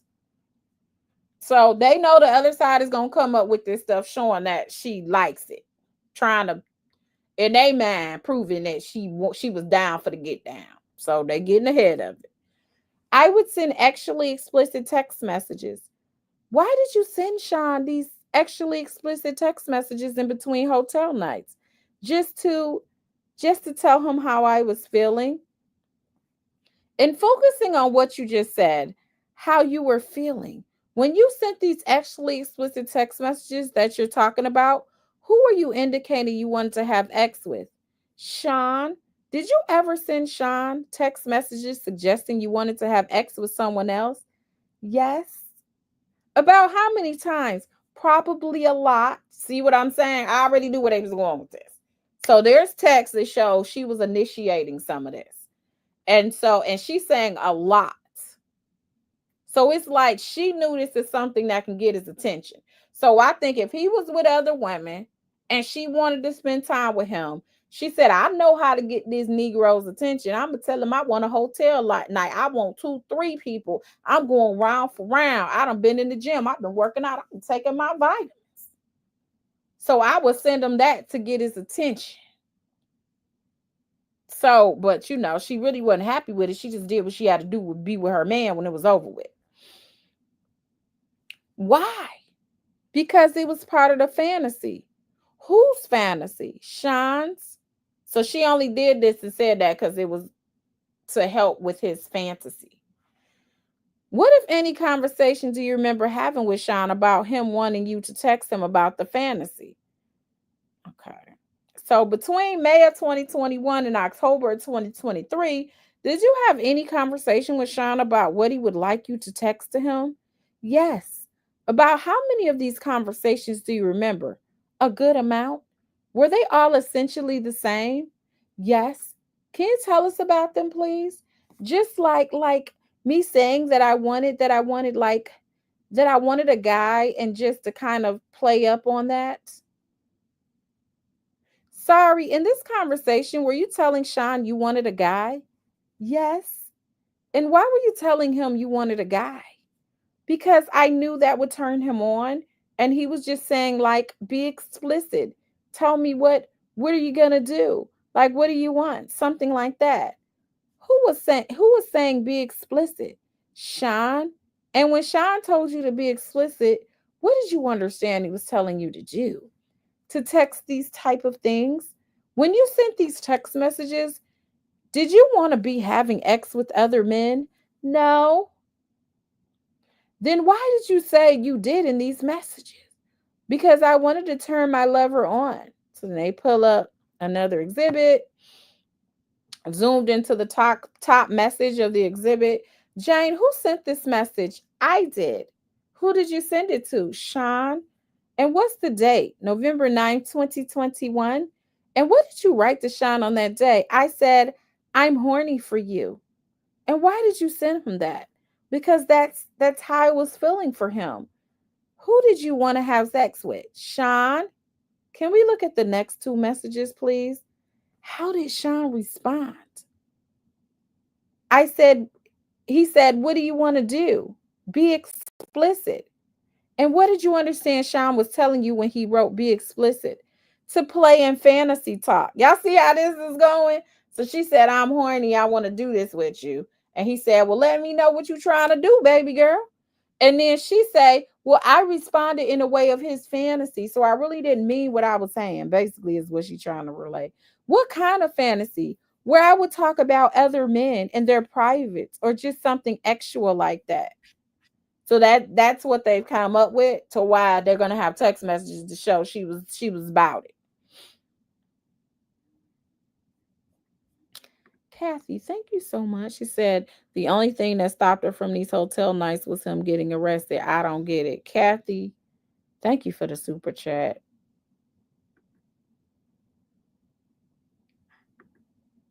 You said, so being dishonest to your partner to get what you want is love. Sound like manipulation, right? You're saying he frauded her. He really ain't want to really be in a relationship with her. He used her for that. But then you turn around and you lying to him to say you like what he like, and to you like whatever he likes, and you enjoy it yourself, but you really didn't. You just wanted to be close to him, and that was your way to be close to somebody that otherwise probably would not have wanted to be close to you. So ain't that like both ways where that's a problem? Or nah?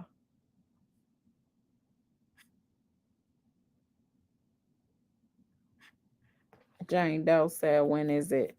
I did it because I was broke. They not. You said she used kink as the weapon. I,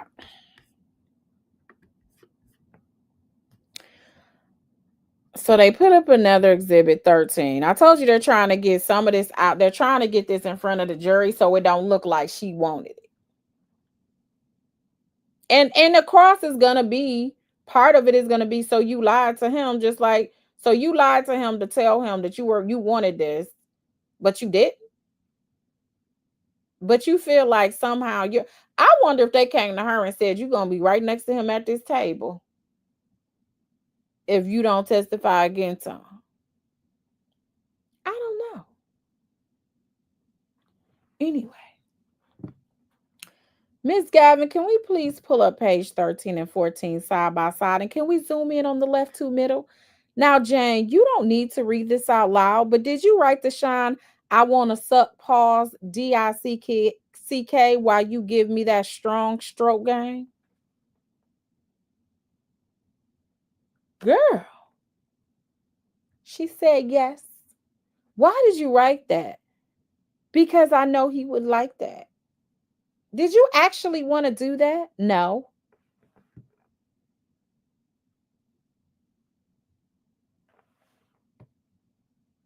So then they took it down. Now they got the top of another text. Jane, I'm not going to make you read this. I'll read it. Did you write to Sean? Like that's the only and last DICK I'm supposed to have. Stroking a hard DICK next to me while a hard one is inside me. What?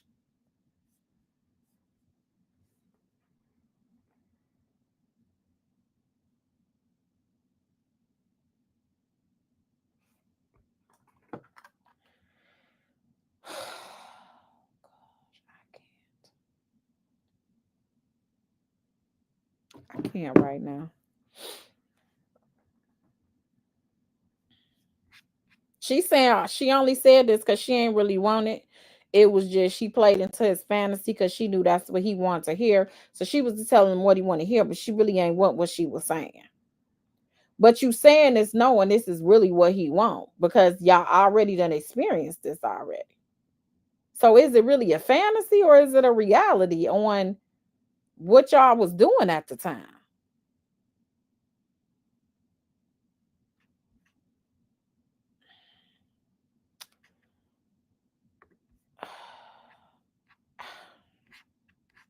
All right, let's go. Why did you write this? Because I knew it would turn him on. Did you actually want that? No. We could take that exhibit down. Thank you. Now, you referenced Paul in that text. Who is Paul? He's an entertainer. Is that the same Paul you talked about earlier in the instance when you ended up crying? Yes. Now, later on in your relationship, Jane, did you send Sean text telling him you wanted to stop having these hotel nights? Yes. Did you send him those texts once or more than once? More than once? And later on in your relationship from 2021, did you also tell Sean in person that you wanted to stop having those hotel nights? They rephrased it. Jane, the texts we just looked at were in November of 2021. How early was that in your relationship? Fairly early. And at that point, how were you feeling about those hotel nights? I didn't like them, and I was realizing that this was becoming the dynamic of what we were. How did you feel realizing that this was becoming the dynamic of what you and Sean were?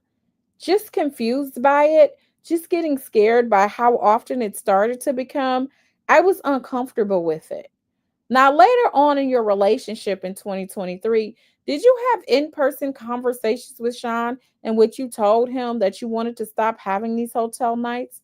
Yes, once or more than once. Probably more than once.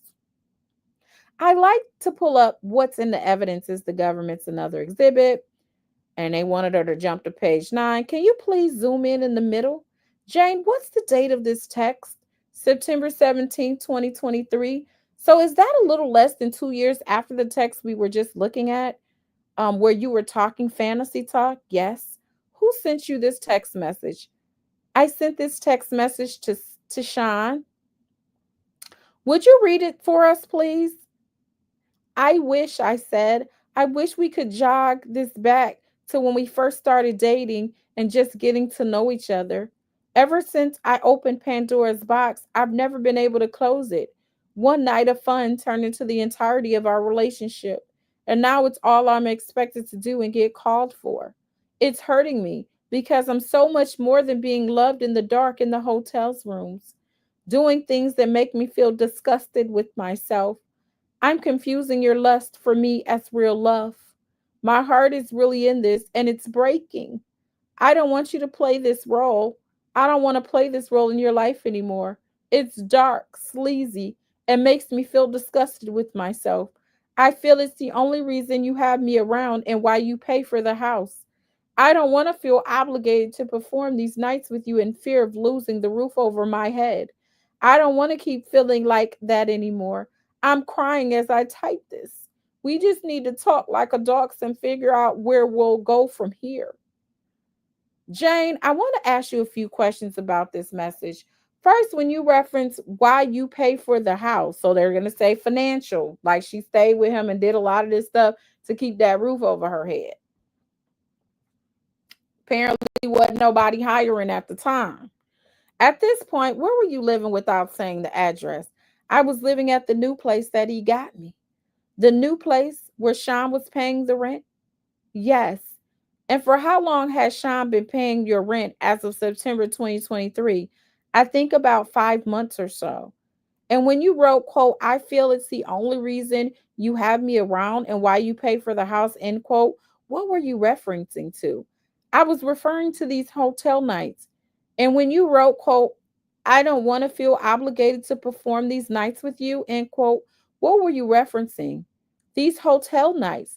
And I'm sorry, Jane, were you going to say something else? Just meaning that I started to feel obligated here, that I had to perform, and just feeling obligated to him at this point. At this point in time, what were you afraid would happen if you refused to perform in these hotel nights? That he would take it away. That who would take that what away? That Sean would take the house away. Well, the thing was this. Allegedly, it was a $10,000 allowance. She went and got her house for $10,000 a month. And that was as your allowance for being his girlfriend. There were other people that got allowances that we heard about. We heard Carisha allegedly got an allowance. Cassie allegedly got an allowance. All his girls allegedly got allowances, right?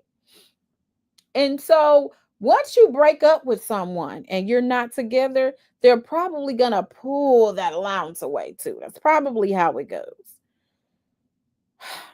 So he responds to that text, girl, stop. And we'll talk about that in other messages more later. But first, I want to take a step back. Can you take this down, please? What is the longest hotel night you can remember? So they threw it in there, but they really didn't go through it. So when she said she felt like that's all it was about, he just responded, girl, cut it out. Stop. That was the response. Okay, let's go on. Make sure y'all hit the like button, okay, while y'all coming in here. So, what is the longest hotel night you can remember? I would say one of these New Year's ones, or a New Year's one. New Year's which year? I think 2022. How long did the hotel night of New Year's 2022 last? Approximately. I think like 3 or 3.5 days. What? Did you sleep during that time? Not until the end. In between May of 2021 and October of 2023, what's the shortest hotel night you can remember? I would say 12 hours. And on average, between May of 2021 and October of 2023, on average, how long did these hotel nights last? Like 24 to 30 hours? Did you ever get to sleep during a hotel night? No. How did you stay awake for that long? I would take ecstasy. I would drink caffeine. I would just try to drink water. I would try to order myself smoothies or protein shakes. During these hotel nights, again, focusing on the period between May 2021 and October 2023, do you remember seeing drugs in the hotel room? Yes. I mean, she did say she was taking ecstasy. Did you see the drugs in every hotel room or just some of the hotel rooms? Every hotel room.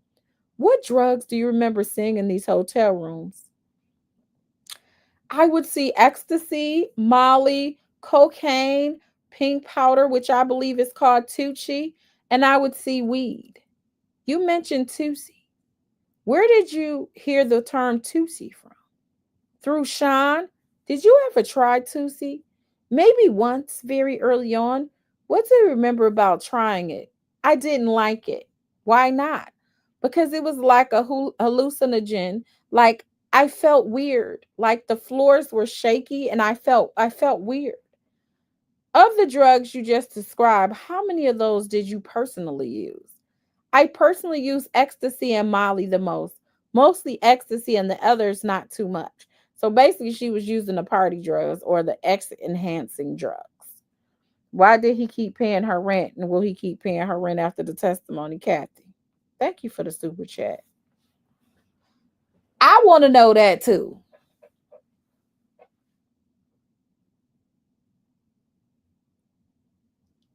Because he had to know when the indictment happened. He has to know that victim number 2 was, because of the dates on when they started dating, and then they said the 2024. And that's when I was telling you, I was like, oh, she was with him until he was arrested.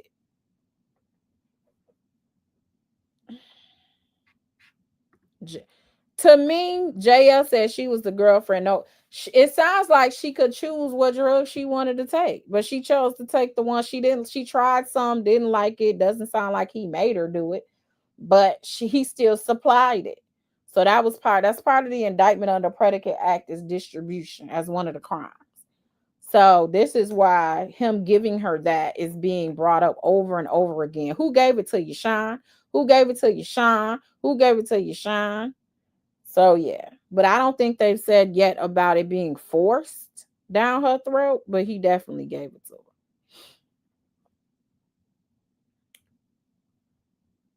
her. Ty said it was there she wanted because he definitely had a problem. Mark E said defense most likely would use that in cross. They gonna use everything. He got his dream team over there. Them some long hours. They listen. All right, let's get back. So she used ecstasy, Molly the most. Did you try the others? Yes. Who gave you all those drugs? Sean. Have you ever seen Sean use drugs? Yes. In what context? In these rooms? Did you see him use drugs in every room or just some of these rooms? Every room? What drugs did you see Sean use? All of them. Did you ever see the entertainers in these rooms use drugs? No.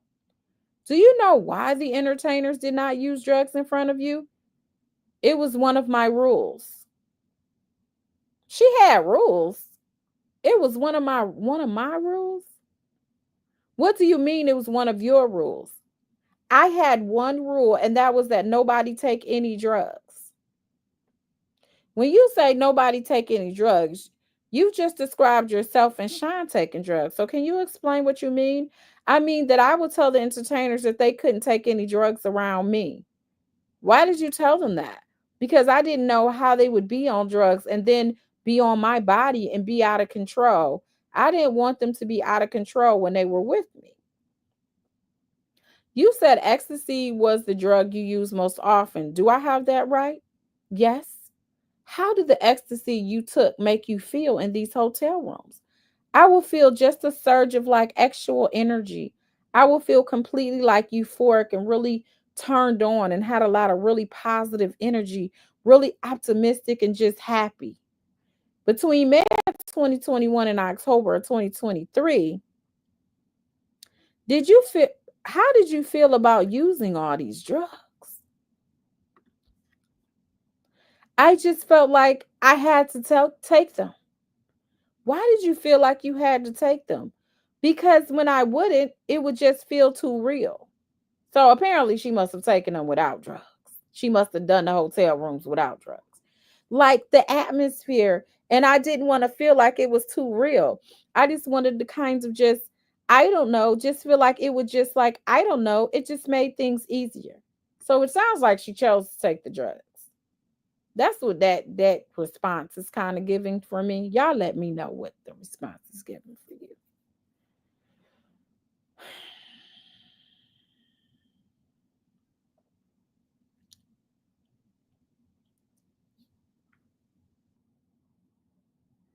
I don't know, but I don't know. So does that mean they would take the drugs but not in front of her? She said she had one rule. Her reasoning was she didn't know how they were on drugs and they may be rough or something. I don't know. Maybe they was lasting too long. So she was trying to cut it off short. I don't know. You said I'm too poor to understand this world. That's from Andrew. Little baby said this whole relationship is a choice.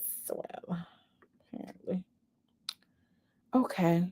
Jane, did you ever try to do one of these hotel nights without using drugs? She said, yes. How many times? Twice. I want to talk about those times, okay? Okay.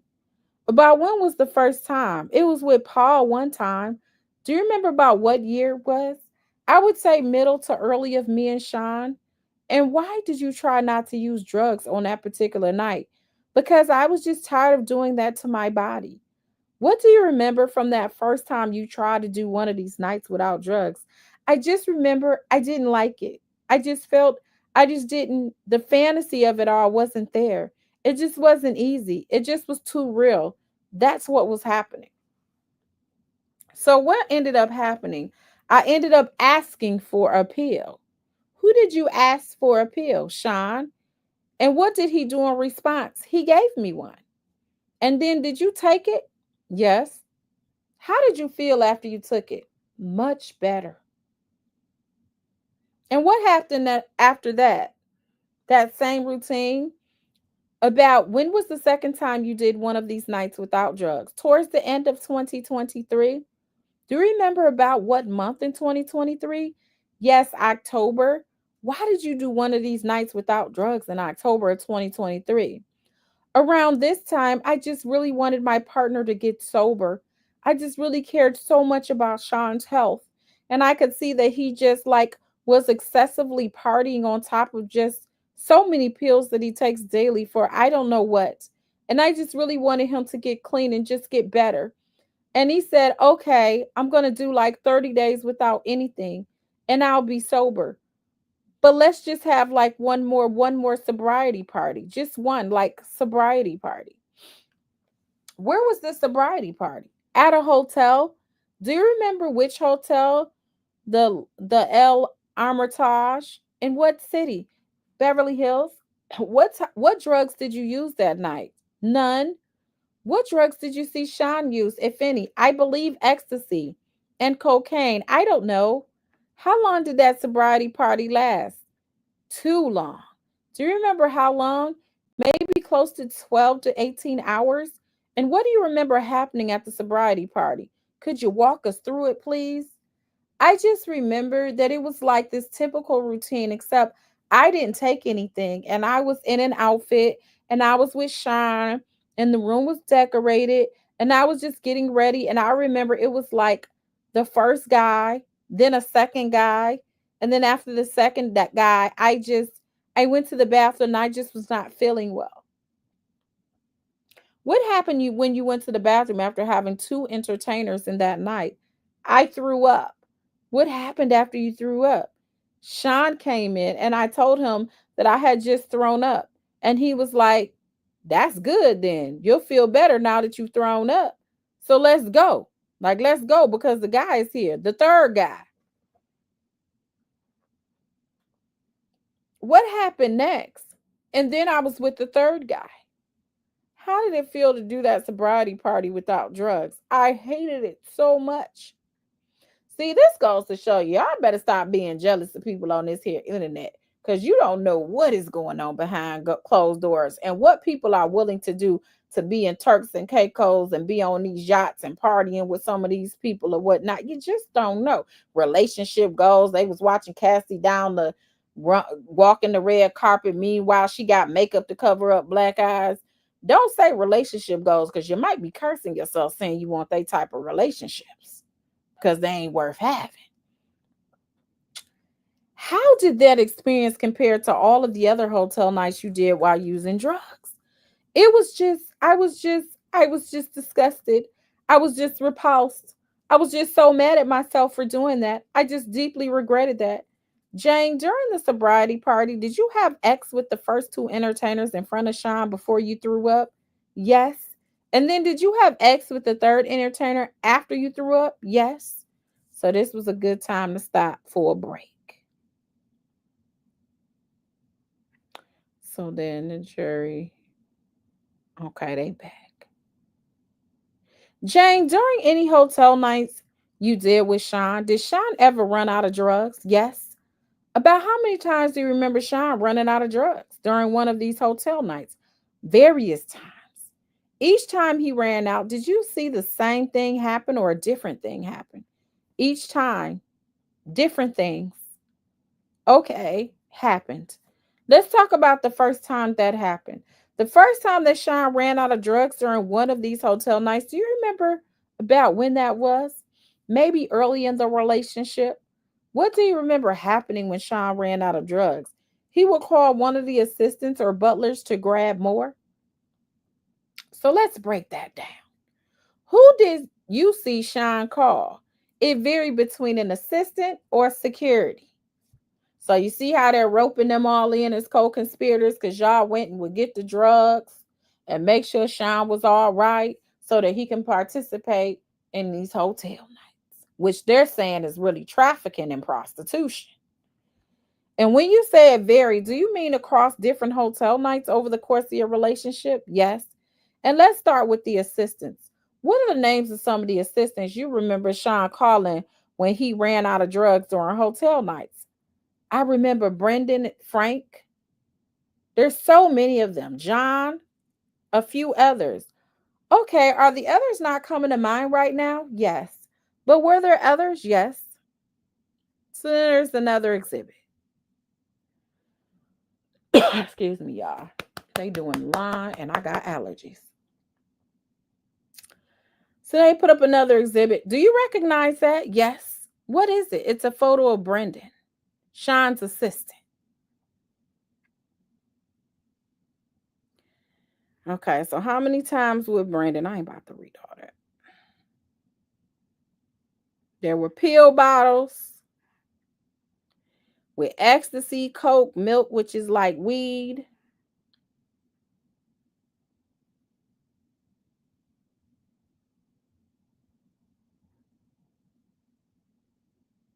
There was security. Fahim, they alleging, is the security that came with the drugs too. They put his picture up. She said, yeah, that's Fa. So he was called just a couple of times or so.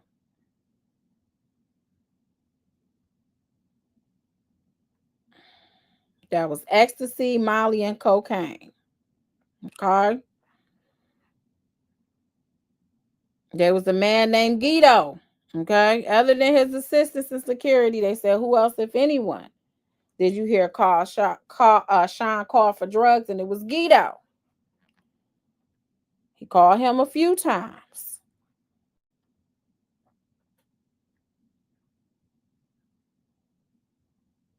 So Sean was running out of drugs for him and I. Now, how did you know if he called Guido? Because I could hear him on the phone calling Guido. And he was saying the name.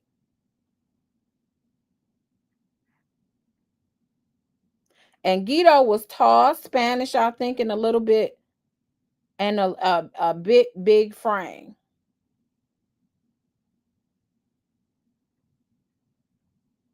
And Guido brought ecstasy, Molly, Xanax, and coke. It varied. And he said he took Xanax. She took Xanax as well. And they said, why? Because I just wanted to fall right to sleep. And it was really hard to go to sleep after you've been taking so many drugs. So you need something really heavy to knock you out. So they take it at, she took it after Sean went to sleep. Did you ever carry drugs for Sean? Yes. How many times? Twice. So she brought drugs from Los Angeles. She says she remembers he said if I could pick up a package before my flight. That was Sean who said that. Um, Told him to go to the Beverly Hills residence and pick it up from security.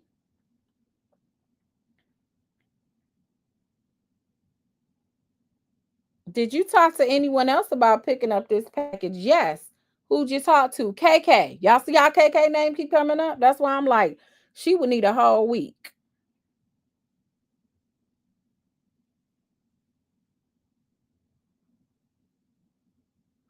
So she said, where did you, and what do you remember discussing with KK over the phone? I believe she was saying like, hey, just come and I'll have security come out and give it to you. And I said, okay. Did you ask KK anything? Or no, I did. What did you ask KK? I just asked her if this was safe and okay. Girl, you know you ain't supposed to be transporting no dang on illegal drugs. You ain't got to ask KK that. She said, it's fine. I do it all the time. Just put it in your check-in luggage. I can't.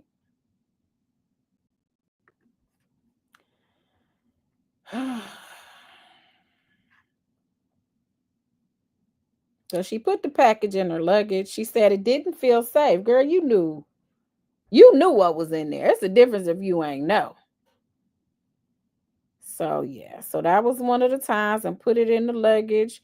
And then what did you do with your luggage? I checked it in at the airport. Yes. And then where did you go? And then I went to Miami. And what did you do with the package in Miami? I gave it to Sean. And where did you give it to Sean? In his bathroom. In the bathroom where? Inside his residence, in his bedroom. Inside 2-star? Yes. And what did you see Sean do when you gave him the package? I saw him opening it. And before he opened it, did you see any drugs around his bathroom and bedroom? No. After Sean opened the package, what, if anything, new did you see in the bedroom bathroom? I saw pill bottles. Did you see what was inside those bottles? Yes. What was inside of those pill bottles? I saw like colorful pills, which I assume were, I don't want you to assume. Did you later take some of those pills? Yes. In what context? To start partying. For what? Sean in a hotel night. And when you took those pills, what did you find out they were? Ecstasy. About how long after this first package did you bring a second package to Sean? Just like a couple of weeks later. And where did you bring the package from? LA. And where did you bring it to? Miami. So she's saying she went to Beverly Hills and got the package from security. Talked to KK again.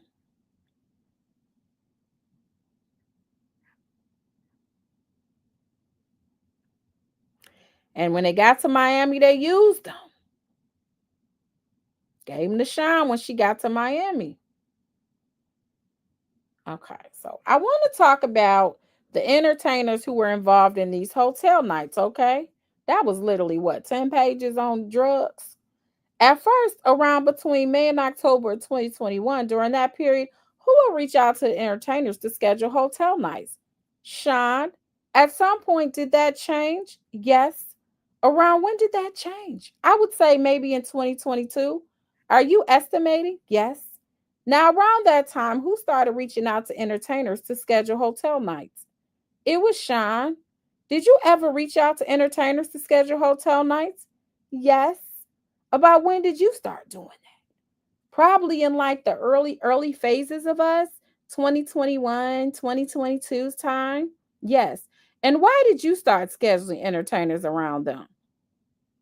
At that point, I just assessed the dynamic of my relationship and I didn't like being surprised with whoever, a new stranger. And while we were watching porn, I started too, and we started to watch a specific entertainer, and I had the idea that I would choose that person.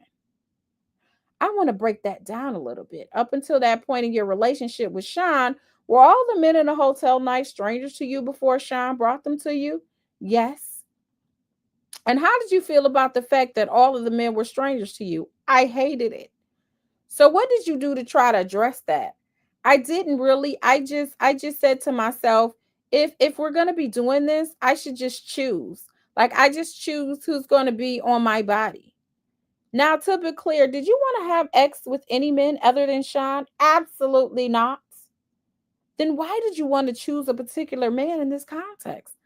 Because I felt like I couldn't get away from this dynamic that was happening. And if I had to make it better for myself, then at least I could feel like I chose somebody that I wanted for me on these nights. So, about when did you choose for yourself? Did you first choose for yourself that men would be with you in a hotel night? Maybe late 21 or like early 22. Are you estimating? Yes. Who was the first man that you chose for yourself? Cabral. Do you know Cabral's last name? Yes. What was it? Williams. So they pulled up Cabral. So if you're on the internet, Cabral, they about to be all up under your comments. Did you call him a nickname? Yes. What nickname did you call him? Chef? Why did you call him Chef? Because after I got to know him a little bit better, I realized that he had a passion for cooking and that on the side he was a private chef. So I called him a chef. So he was a chef on the side. And you said that this idea came up when you were watching Corn. Did I hear that right? Yes. Whose Corn were you watching? Cabral's? What, if any, stage name does Cabral use when performing in Corn? Sly. Sly? Yes. We can take that down. Who were you with when you were watching Cabral's Corn and came up with the idea to invite him to a hotel night? I was with Sean. And what were you and Sean doing? We were having X. What, if any, drugs had you taken? Ecstasy? And what do you remember happening on that occasion? I remember that we had watched a few of his videos back to back, and then we started talking about this. Cabral and his size and everything. And Sean was kind of like encouraging and flirtatious about it. And I was like, I can probably message him and see what happens. You said you and Sean were talking about Cabral's size. What were you referring to? Oh, his private part.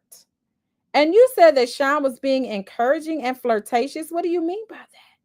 He was like saying, like, do you want that DICK? Do you want that? You think you can get that? I don't think you can get that. Or do you want that?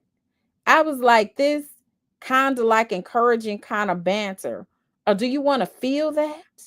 See, that sound like that. Take that, take that, take that. What did you do after that conversation? I sent him a message. You sent who a message? I sent Cabral a message. Over what? Instagram.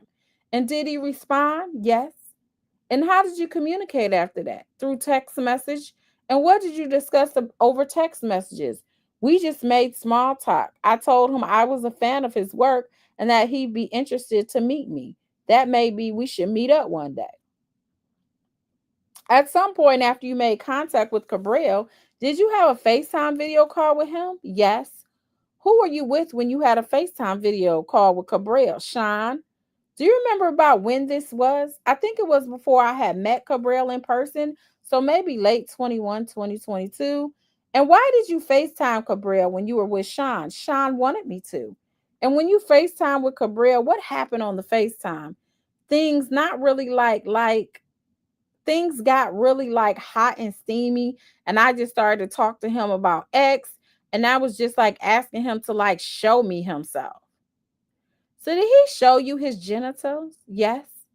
And did you show your body as well? Yes. Why did you do that? Because my partner wanted that. Where was Sean during this FaceTime call? Watching? How was he watching? Because I would screen in the FaceTime on the TV. So was the FaceTime screen from your phone mirrored up onto Sean's television? Yes. After that FaceTime, did you meet Cabral in person? Yes. How did you meet him in person? I scheduled for his flight and trip to LA. And where did Cabral tell you he was coming from? Atlanta. And where were you bringing him to? Los Angeles. What, if any, conversation did you have with Sean about how you would get Cabral from Atlanta to Los Angeles? I told him that I would set it up.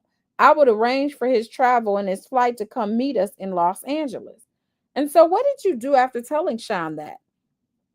I booked Cabral's flight online. And how did you pay for that? On a website called Expedia. Did you get reimbursed for that or no? Yes. Who reimbursed you for that? Sean. What happened the first time you met Cabral in person after flying him to LA from Atlanta? I remember when I first met Cabral, he was just really sweet and we just like little butterflies. And we had just like little butterflies. Just it was the first time that I did something like this. That and meeting him in person, and he was cute and he was like just as nervous as me and really sweet and just like cute and nervous. And did you mean when you said it was the first time you did something like that? I mean, to contact an adult star and meet them in person. What did you, Cabral, and Sean end up doing that first time you met in person in LA? She says, so then what happened the first time that you met Cabral in LA? Because she had to rephrase the question. I remember we were making small talk, but before he arrived, I remember I was clear to him that it was me and my partner, so he wouldn't be surprised or anything. So you had told Cabral before he came to LA that your partner would be there as well. Yes. And how had he responded to that? He was fine with it. He was like, shoot, cool. When Cabral arrived, what hotel was that at? One in Beverly Hills?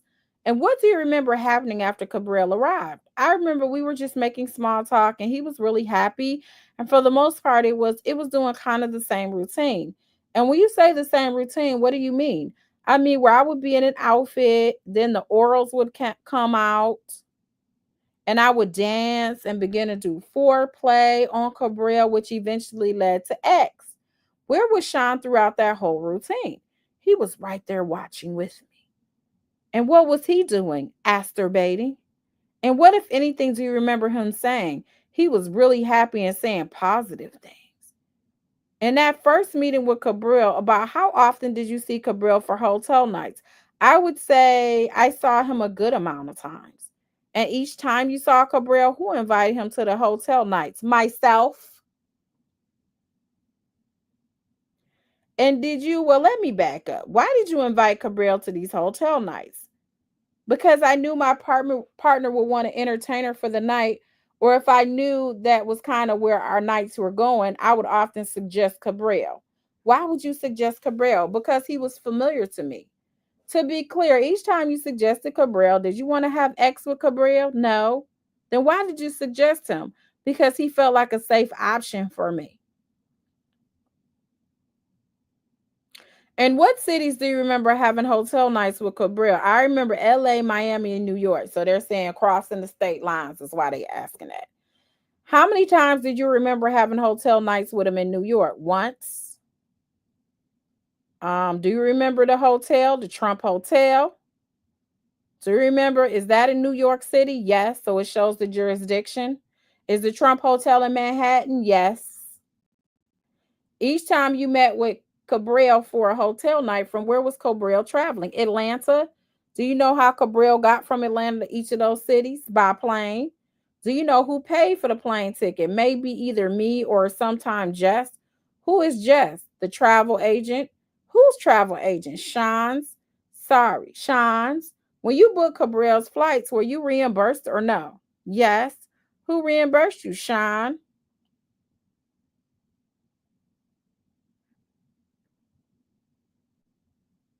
At the end of each night, hotel night with Cabral, what, if anything, did you give to Cabral? Money? How much money? It varied. What's the lowest amount you remember? I just remember the money felt like maybe $2,000 or something. And what's the most amount you remember? I would say maybe like $4,000. So you telling me you were doing these hotel nights and your allowance was 10K a month, and you was doing multiple guys in one night. But somebody could come and basically make the same amount you make or getting for allowance in 2 days.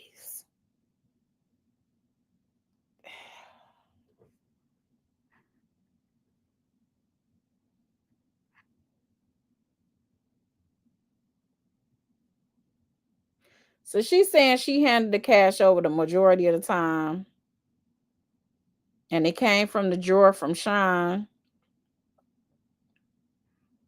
He had cash in the drawer. And then you mentioned Cash App. About how many times do you remember paying Cabral over Cash App? So that's crossing wire. That crosses. Because I wherever Cash App is. Maybe a couple of times. And why did you end up doing that? Because there was no cash to give him at the end. When you sent Cabral over Cash App, were you reimbursed for that or no? Yes. Who reimbursed you, Sean? And you mentioned that Cabral was the first adult entertainment performer you reached out to. Is that right? Yes. How many more did you reach out to? One other person? And when did you reach out to that one person? I would say around 2022. And was that before or after you met Cabral in person? After? The name of the second entertainer was Antoine. So then they put up another exhibit. Uh, did you know Antoine by any other name? I think it's like Antoine Harris. I'm not really sure. Do you know if that was his real name or his stage name? I think it was his stage name. Do you remember his real name? I don't. Took it down. So how did you come about that you contacted Antoine? I contacted Antoine one night when me and Sean were watching Corn. And we kept repeating this specific video from Antoine and watched a lot of his other films. And kind of the same thing happened where I was like, I was into seeing Antoine. And Sean was kind of encouraging and being positive. And I was like, I'm just going to message him. And so I did over Instagram.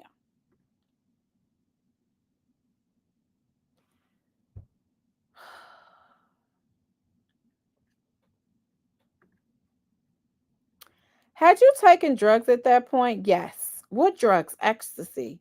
So are they saying like she wasn't in her right mind when she was contacting these people or something? How did you contact Antoine? Through Instagram. And then what happened from there? Then we exchanged numbers fairly quickly and we got in touch over the phone pretty quickly. And when you got in touch over the phone, what do you remember happening? I remember that he was actually only a city away from where we were. Where were you and Sean at that point? In LA. And where did Antoine tell you he was? In LA. And what happened after that? We invited Antoine over. What, if anything, did you tell Antoine about what you were inviting him over for? I said that I would like to meet him and I was with my partner. And if he would like to come over and hang, just come over. How did Antoine respond? Positively. He came over. Where did Antoine meet you that first time? LA.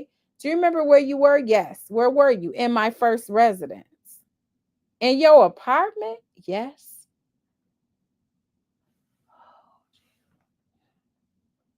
The apartment we talked about yesterday? Yes. And what happened that first time that Antoine came over?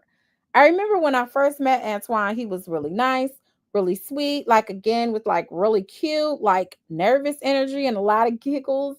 And I thought he was just so cute and bubbly. Did you want to have X with him? No. Then why were you cute and bubbly with him? Why did you invite him? I think I was just high, and this is what was happening in our night. If you had already contacted Cabral, why did you contact Antoine? Because Cabral was far. He was in Atlanta. And where was Antoine? LA. And where were you living at the time? LA. If you didn't want to have X with Antoine, why did you invite him over? Just to impress my partner. That night, did you have X with Antoine? Yes. Did you follow the same pattern that we've already discussed about? Yes. And what did Sean do throughout? He watched and he was so happy. At the end of that first actual encounter with Antoine, what, if anything, did you give to Antoine? And that first night, nothing. Oh, so Antoine did it for free. Did you later meet up with Antoine? Yes. How many times? A good amount of times. And what city or cities did you meet up with Antoine? Primarily LA. And what happened? Where did you meet him in LA? At hotels? Did you also meet him at your apartment sometimes? Yes. Each time you met Antoine, what happened? We would have X and the same patterns. And who else would be in the room when you and Antoine had X, Sean? At the end of the rest of those nights when you met with Antoine, what, if anything, did you give to Antoine? Money? What kind of money? Cash or otherwise? Cash? Where did the cash come from, Sean? Now, after you met Cabral and Antoine, did you ever FaceTime with them? Yes. About how often did you FaceTime with Cabral or Antoine? Whenever Sean and I would be together having exy time. Whenever you and Sean would be having, I think it was Freak That Down. Is that what you and Sean would be alone? I don't even know what. It's a zero right there. I don't know. Yes. And why would you FaceTime with Cabral and Antoine when you were alone with Sean? Because Sean wanted to see something live happening while we were together. How did you know that? He would ask me. And then when you FaceTime Cabral and Antoine, what happened on the FaceTime? On the FaceTime, I would start flirting with either Antoine or Cabral, and then like a sexting style FaceTime would happen and would be this whole X FaceTime.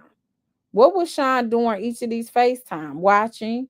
How was Sean able to watch these FaceTimes on his TV? Because I screen record, screen mirrored. Is that the same way that you describe Sean being able to watch the first FaceTime with Cabral? Yes. Each time you FaceTime with Cabral and Antoine in this way, did you tell Cabral and Antoine that Sean was in the room? No. Is that fraud? Like what is that? What did you tell them? That I was alone. So you lied? So you basically lied to them? Why did you tell them that you were alone? Because I didn't want them to feel uncomfortable. After you met with Cabral and Antoine, did you ever ask them to send you pictures of their genitals? Yes. About how many times? A few times. Lots of times, actually, a few.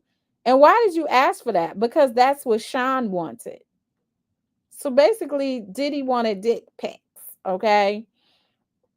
How did you know that that's what Sean wanted? Because he would ask me to ask them to send nudes. So every time you texted, well, let me back up. Were these over text or some other form of communication when you made these requests? Text. Every time you texted Cabral and Antoine requesting these kinds of pictures, were you alone? Were you with someone else or did it vary? I was alone. You were alone, you said. I was alone with Sean. Alone with Sean. Okay. Did you ever text a request to Cabral or Antoine for pictures of their genitals when you were alone without Sean? No. And each time you sent those requests, why did you send them? Because my partner wanted to see explicit photos. And each time, how did you know that? Because he would say, like, get them to send you something or FaceTime them or get them to send you something. And so they would.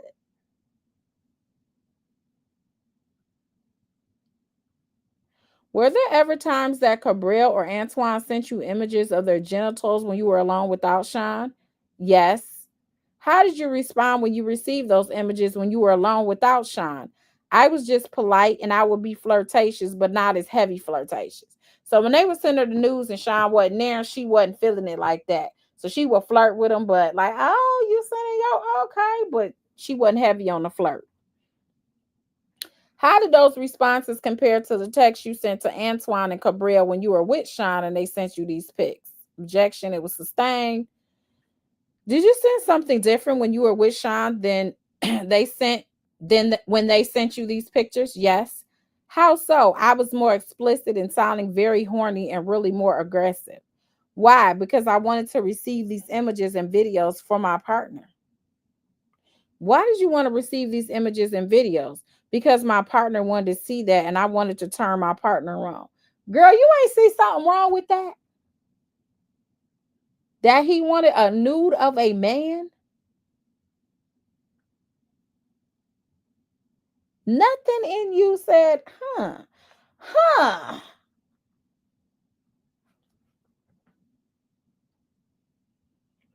And while we're doing that, let me pull up an exhibit. Let me ask you, Jane, did you ever see Cabral in person without Sean? No. Did you ever see Antoine in person without Sean? No. So now they didn't put up text messages. So they trying to get ahead of all of this stuff that make her look like this her thing too. That's what they trying to get ahead of. Jane, do you recognize this? Yes. What are they? They're text messages between me and Cabral. Who sent the blue messages? I did. And who sent the green messages? Cabral. And what's the date? November 9th, 2021. Do you remember at this point if you met Cabral in person or not? I believe so. What did you text to Cabral? I said, oh, today for you? Actually, I'm so horny. Then let's go to the next two messages. They put it up. Jane, what did you write next? I said, I need you. Why did you send those messages to Cabral? Because I was trying to flirt with him to receive explicit videos or photos of him. And why were you trying to receive explicit videos or photos? Because that's what my partner wanted. Do you remember if you were with Sean when you sent these texts to Cabral? Yes. So were you with him or no? Yes. How did Cabral respond?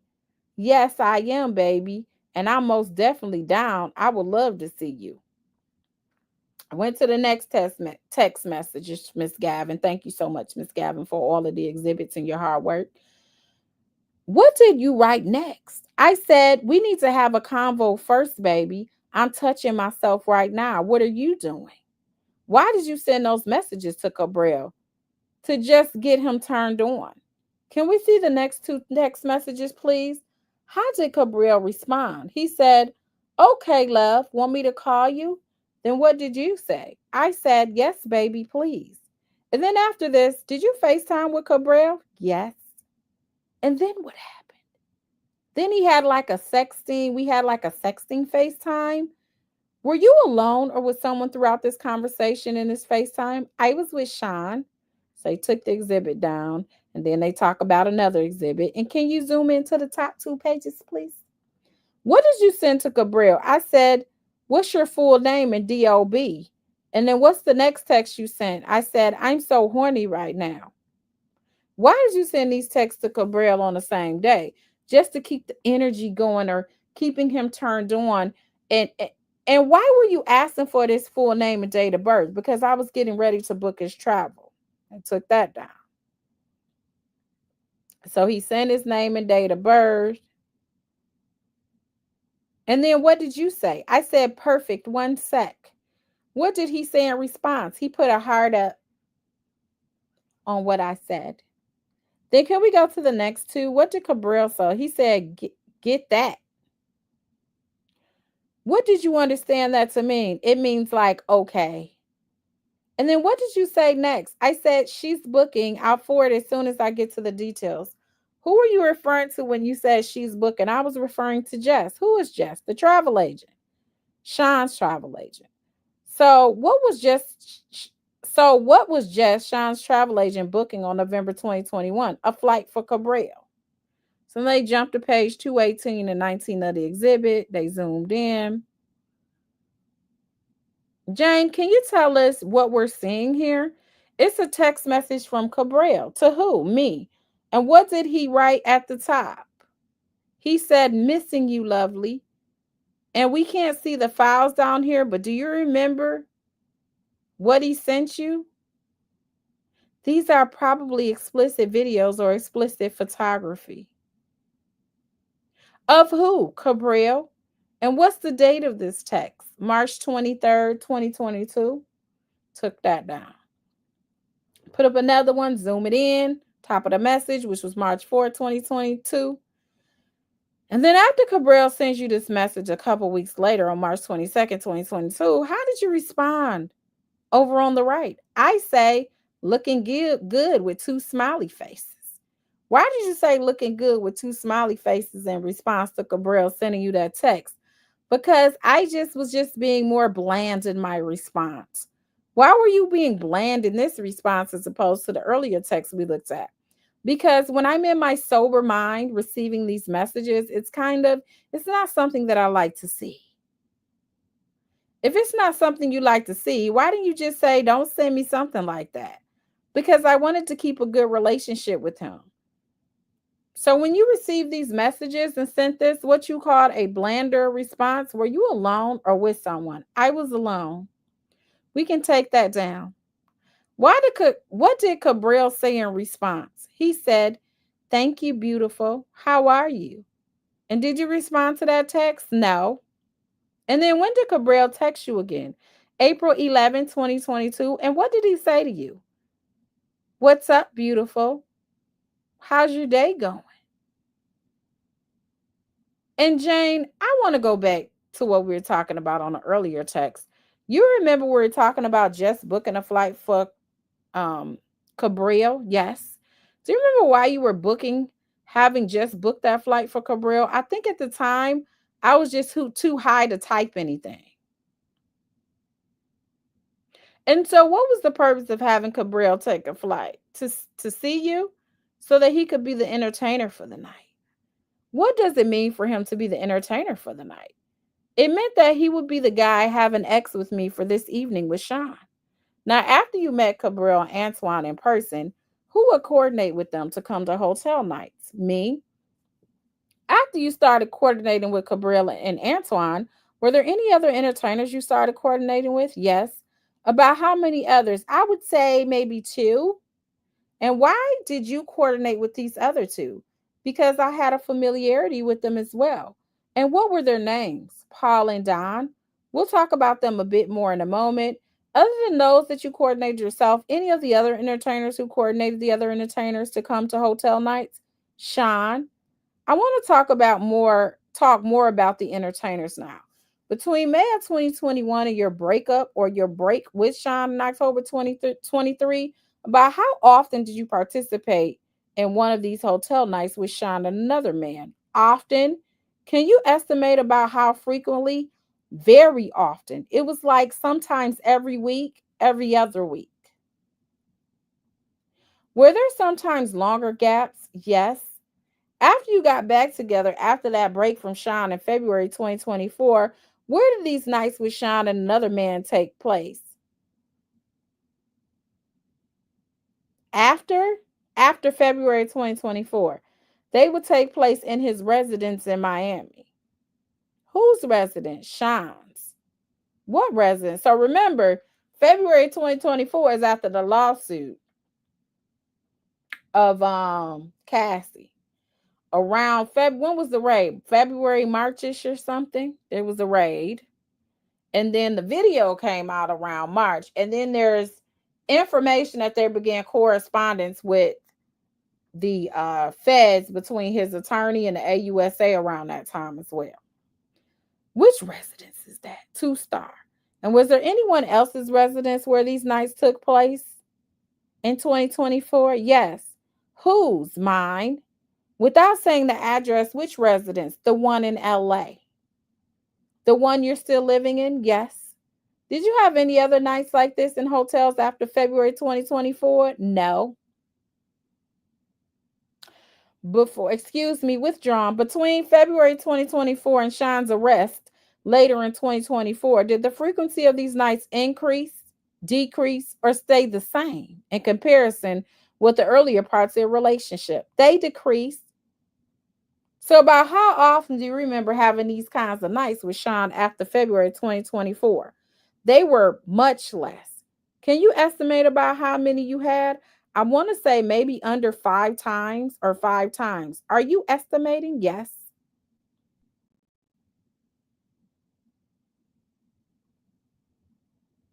So, after he started getting sued by everybody in them raids, he said, "Woo, let me slow up. Let me pump the brakes." And so he wasn't. Oldwell said, if I was on the jury, Diddy would walk.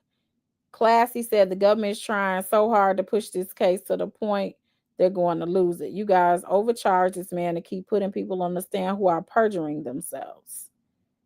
Elite Leo said, he's a darn fool because it should have ceased once that lawsuit was filed. That lets you know how it's an addiction, probably.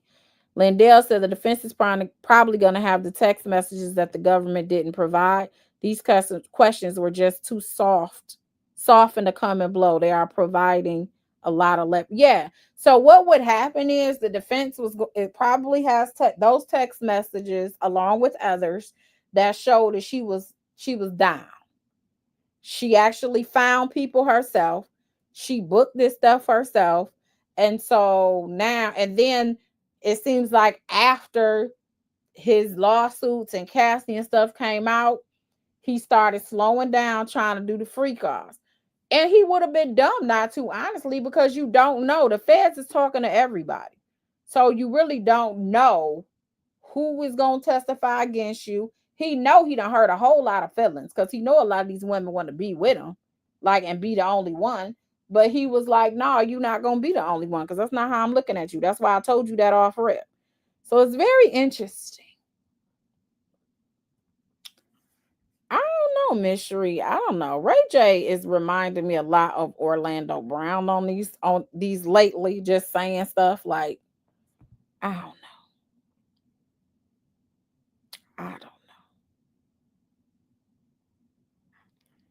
Celeste said, why was she doing hotel nights before he was as paying her? I think defense is going to hit on that.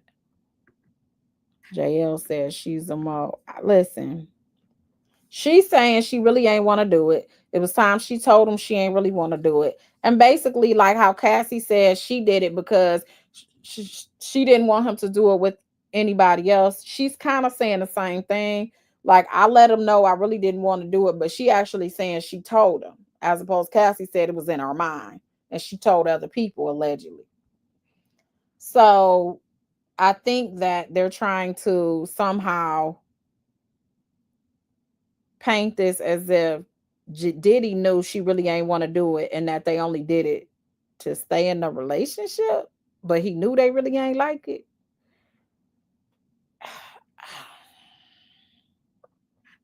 Okay, so I don't know, y'all. Let me see if I got any super chats so I can read a little bit more. Jane said, I'm in a blind Nate. You know what? I'm in a blind Nate. Thank you for the super chat.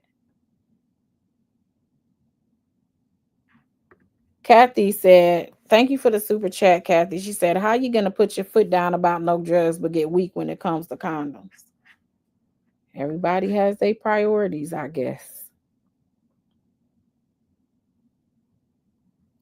Nellie said, have you come across anything saying they are arguing fraud about Jane? So in reading the indictment, part of what they said is that he would, let me pull it up. I think I have it still. Hold on. They would do it under the guise of a romantic relationship. Let me see if I have his indictment pulled up. If not, then we just gonna have to. I don't think I do anymore. But yeah, they said, just take my word for it. They said that they were they being the, like, what Diddy would do is he would get these women and people around him, help them do it, and he would do it in the disguise of, I want to have a romantic relationship with you, when really he was getting them for these criminal activities, i.e. sex trafficking, and then his people, by setting up the rooms, they helped him fulfill his desires for this. So that was part of the goal of this criminal enterprise, was that it was to keep his brand image, and they covered up his crimes to keep his image and brand out there, i.e. the beating of Cassie on the tape. And he basically didn't want these romantic relationships with women. He had them thinking he wanted them, but he really wanted to use them for his actual fantasies. Now, what is coming real clear is he liked these nights because he liked to see the men's parts, is what it's looking like to me. I don't even think he was really into the woman necessarily being a part of it. It sounded more like, if you want pics while y'all having X, you need FaceTime of this man showing his parts and him being erected or whatever, then you were interested in looking at the male portion of it.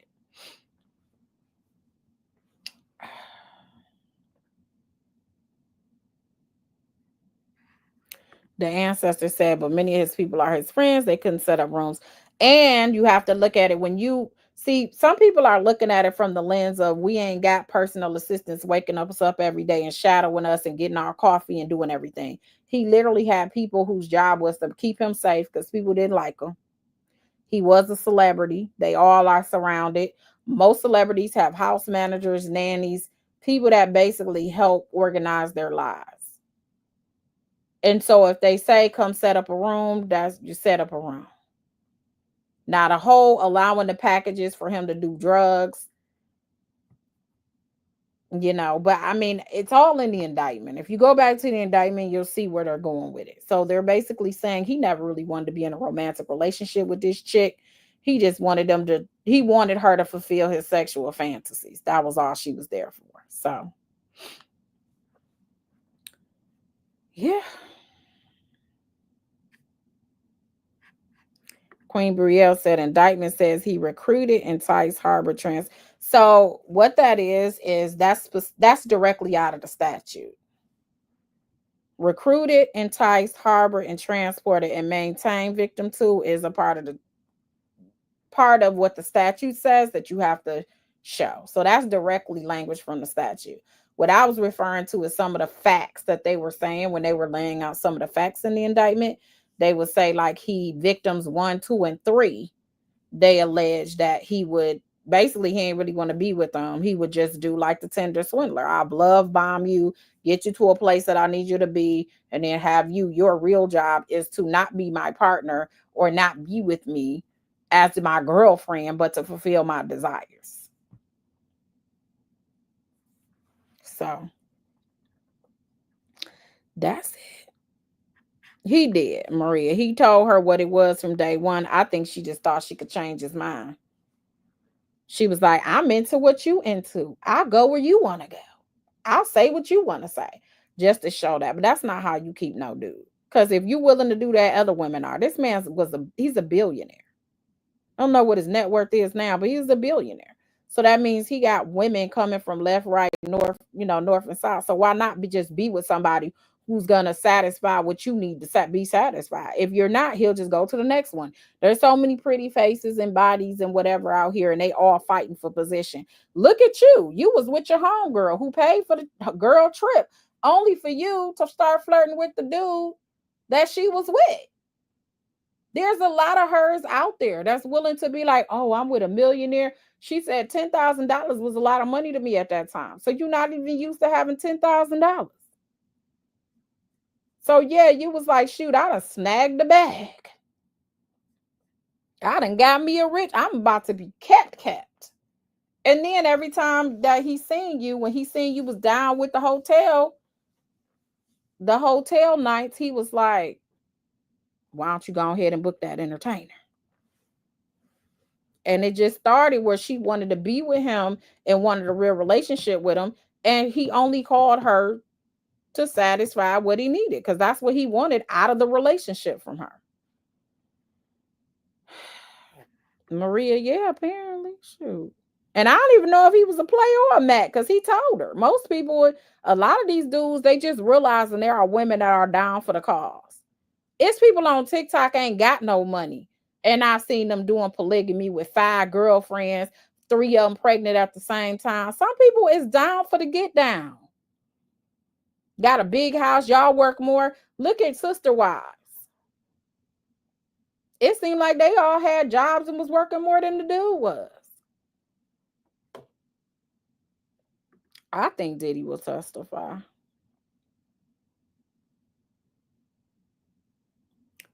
The real sassafras said Cassie was a child. He groomed that little girl. What's this woman's excuse? I want to know what everybody else's excuses. That's what they kept saying. Like, Maria said, victim 3 said, get somebody else to do it. Tay said, all them sister wives fell out with that man except the one. Exactly. And what happened? He fell in love with one. That's the real. He started out, you cannot fall in love. When you have those type of relationships with multiple women, the man knows he has to like them all equally. He has to treat them all equally. You have to be able to afford all of them equally. What happened on Sister Wives is he fell in love with one and the other ones felt it. Like there was a fave. I think he's so petty, he purposefully would go out with Carisha to make her jealous and end up her. You get me? That's a good point. Oh, well, what? Oh, you don't? And then got her mind going like, did he just get somebody else to do what I don't really want to do? And then that made her come back and be like, okay, let me go ahead and do this again. Yeah, that's what they say, Gwen. Robin was Cody's soulmate. That's what they say. Make sure y'all hit the like button. We almost on 3 hours on this piece. Okay. We'll probably go up to when they get to lunch, and then I'll do a part 2. Now, in total, between May of 2021 and Sean's arrest in 2024, do you know how many different men you were paired up with during these nights? She said, no, I don't like to think about that. I like to talk about some of those men, if that's okay. She's like, okay, I'm here. I mean, why not? Remind us who this is. They put up Don. Remind us when you first met him, 2021. Between the first time in 2021 or after that first time in 2021, when was the last time you had one of these nights with Don? August of 2024. Right before he was arrested. And where was that last time in August of 2024? At Sean's residence in Miami at 2 Star? Yes. Between your first time with Don in 2021 and the last time in August of 2024, about how many times do you recall seeing Don for one of these hotel nights? A good amount of times. Where do you remember seeing Don for those encounters? I remember seeing him at various hotel rooms and also Sean's residence in Miami. And what city or cities did you see Don for these nights? Miami? Did you ever see him outside of Miami? No. We can take that down. They put up another person. It's Paul. How did you meet Paul? Through Sean? About when did you meet Paul? Maybe in 2021. When was and what did you meet Paul for? One of these nights? Did you have X with Paul? Yes. In front of who? Sean. When was the last time you did that with Paul? End of July 2024? Between when you met Paul in 2021 and the end of July in 2024, about how often did you see Paul for a hotel night where you had X with him? So she was with the first guy they did it with, August of 2024, was with Paul July of 2024, a month before. And she said only under 5 times. So it might have been about 4 times in 2024 they did this. So yeah, he was addicted to this thing. He knew he was under investigation, was on his way to get indicted, and he still was like, but I got to have these hotel nights though. And so how often did you see Paul? Oh, very often. Based on your conversation and interaction with Paul, what was your understanding of what Paul did for work? I thought he was a personal trainer. When did you find out he was a personal trainer? Just in conversation between us. Did you find that out the first time you met him or later on? Kind of like the first time. And what do you remember him saying about that? That he was a personal trainer and that he also worked for the website. What website? Cowboys and Angels. And remind us what Cowboys and Angels is. It's an escort website. Do you know who Paul trained as a personal trainer? Sean. So the freaky guy from the website is also Sean's personal trainer, eh? Do you know when approximately Paul started training Sean as a personal trainer? I don't. The person you watching have an ex with is personally training you? In what cities or countries do you remember seeing Paul for these hotel nights? I remember seeing Paul in LA, Miami, and Turks. When did you see him in Turks? I saw him in Turks, I would say sometime in 2023. And we'll talk about that a little bit. In Los Angeles and Miami, did you see him in those cities once or more than once? More than once. Do you know how Paul got to all of those different cities to see you? He would book his own travel or he'd already be there. Thank you. Okay. Jane, do you recognize this exhibit? Yes. What is it? It's a photo of a man named Leo, I believe. And how do you know this man? I met him through Sean. For what? For one of those nights. So they offered it for an exhibit. When did you first meet Leo? I would say in 2022. And how did you first meet Leo? On my birthday? Who introduced you to Leo on your birthday in 2022? Sean. About when was the last time you saw Leo? I would say sometime in 2023. And between when you met him on your birthday in 2022 and the last time in 2023, about how often did you see him in between? Every so often. And each time you saw him, what was the purpose of him seeing you? To have X in front of who? Sean. And what city or cities do you remember seeing Leo for these hotel nights? Los Angeles. Did you call Leo any other names? Italian. I'm sorry. Italian. Okay. They took that down. So that was Leo. Put up another photograph. Do you recognize this guy, this fella right here? Yes. Who is that? I don't remember his name. How do you know him? It was somebody that Sean brought into the room at one of those nights. So they offered for an exhibit. About when do you remember meeting this man? I would say 2021. How many times do you remember seeing him for one of these hotel nights? Once. Can you tell us what happened that one time in 2021? I remember Sean said that he had someone coming over and he invited this man over. And honestly, I was like immediately repulsed by him. Do you remember where you were? I was on the bed. I was in a hotel room. Do you remember what hotel? I want to say it was also the El Hermitage. What happened when you met this man at the hotel? I just remember that he was really sweaty and I just thought he didn't look nice and that he kind of smelled. And I was just hesitant with him. We can take down the photos. Dang, she just dragged you, bro. I'm going to keep asking you about this person, though. Okay, Jane? Okay. What did you do after you realized you were having these negative feelings about this man? I just tried to I tried to make it work. I tried to kind of seduce him and like with my body and try to I don't know, just try to make some sort of attraction happen. And it just wasn't happening. Like, I just remember him sweating so much. And I was kind of like throwing looks at my partner. Like, I wasn't feeling this. When you say you were throwing looks at your partner, who were you throwing looks to? Sean? And you said that you were trying to seduce this man. What were you and the man wearing at this point?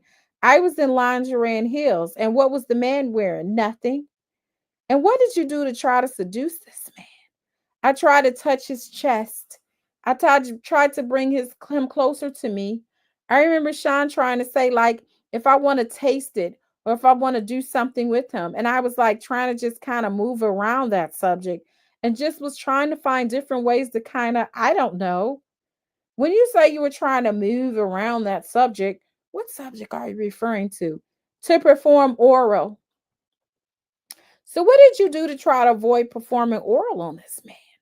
I think at that point, I think I just like really turned to my partner like I just can't. Like, ugh. So what did you say to Sean? That I wasn't feeling this. And how did he respond? He laid me down and started having X with me. And where did he lay you down? The bed. And where was the other man when Sean laid you down and started having X with you? Like hovering on top of me and my face.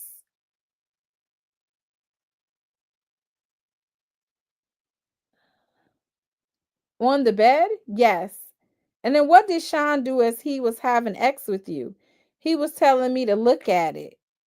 And I just remember this man like sweating on me. Sean was telling you to look at what? The man's private parts. What happened next? Then Sean stopped having X with me and finally excused the man. So it looked like he had to kind of look at the private part and he had it over her face so he could have X with her.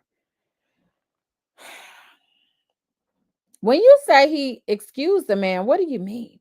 He said, okay, like no worries, and just said bye to the guy. After the guy left, what happened next? After the guy left, that's when I first met Paul. What did you mean? I meant that when Sean had another plan, like a plan B. So after Sean excused the first man, what did Sean say to you? That he has a surprise coming.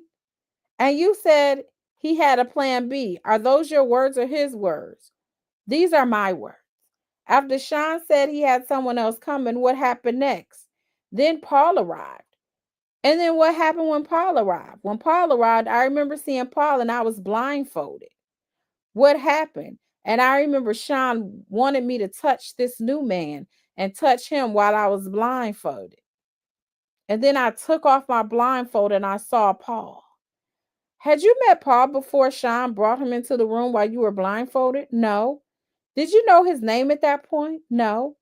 After you took off the blindfold, what happened next? I was I took a liking to Paul. What do you mean? I was more comfortable around Paul. I felt that he was handsome. I thought he looked nice and he was really, really nice, like warm energy about him that I liked. Did you want to have X with Paul? No. Then why do you say you took a liking to him? I mean, that if this was the situation, then I found that this person was nice. What do you mean when you say if this was the situation? If I had to have X with somebody, then I guess it's not so bad with Paul. Let me pull up another exhibit. Do you recognize this? Yes. What is this? It's a photo of a man. Do you know the man's name? I believe his name is Michael. I met Michael through Sean. In what context? It was one of those nights that I was meeting Sean at a hotel room. So for one of these hotel nights, yes. So they offer it in. They publish it to the jury. How many times do you remember seeing this person you know as Michael for one of these hotel nights? I remember seeing Michael, I think, 2 times. And when was the first approximately? I think sometime at the end of 22 or 23. Are you estimating? Yes. How did you end up meeting Michael around that time? I ended up meeting Michael. Sean invited me to a hotel and I met up with Sean at the hotel room. Do you remember what hotel? I believe it was the Edition in LA. And what happened at the Edition? I remember I met with Sean and he said that something new was coming. And then, like just a bit later, I remember Sean was having small talk with this guy on the balcony or patio area. And then he invites me out to meet them too. What happened next? I remember Michael was really nice and he was nice mood and he took a liking to each other. Or we took a liking to each other. And I found him attractive and we just were making small talk. Did Sean say how he knew Michael or how we met him? No, not really. And then later on, I think it was Cowboys. What do you mean later on? You think it was Cowboys? I think it was objective sustained because it's speculation. Did you later have a conversation with Sean about Michael? Yes. And during that conversation, what did Sean tell you about Michael? That he was from Cowboys. What's Cowboys? An escort website. So then she says, after the Michael situation, they had the same routine.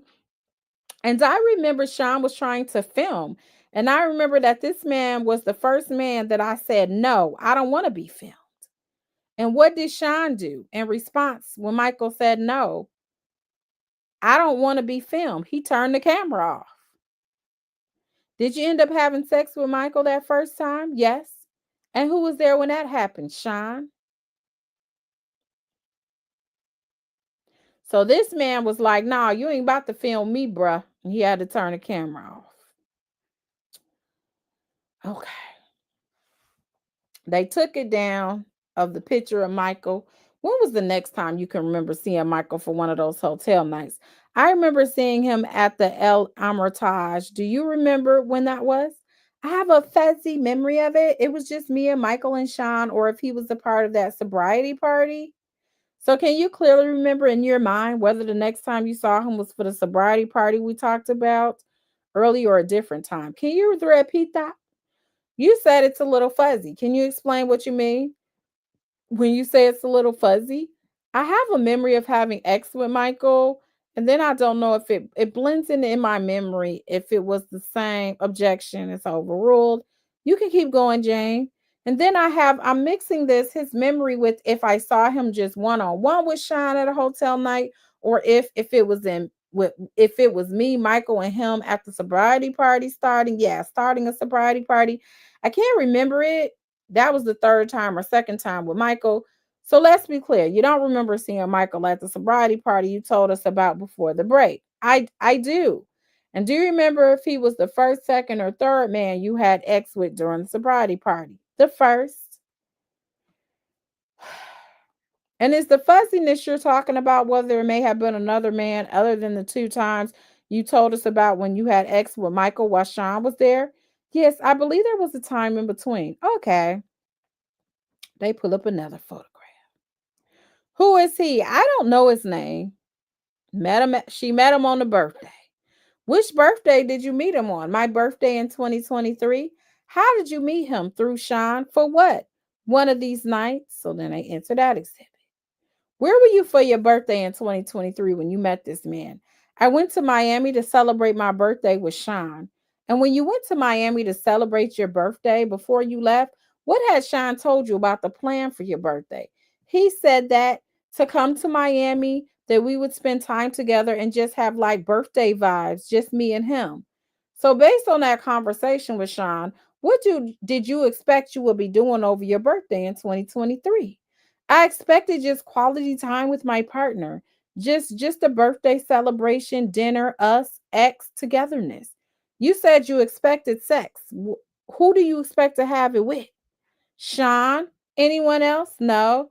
By this time, had you told Sean you did not want to do a hotel night? Yes.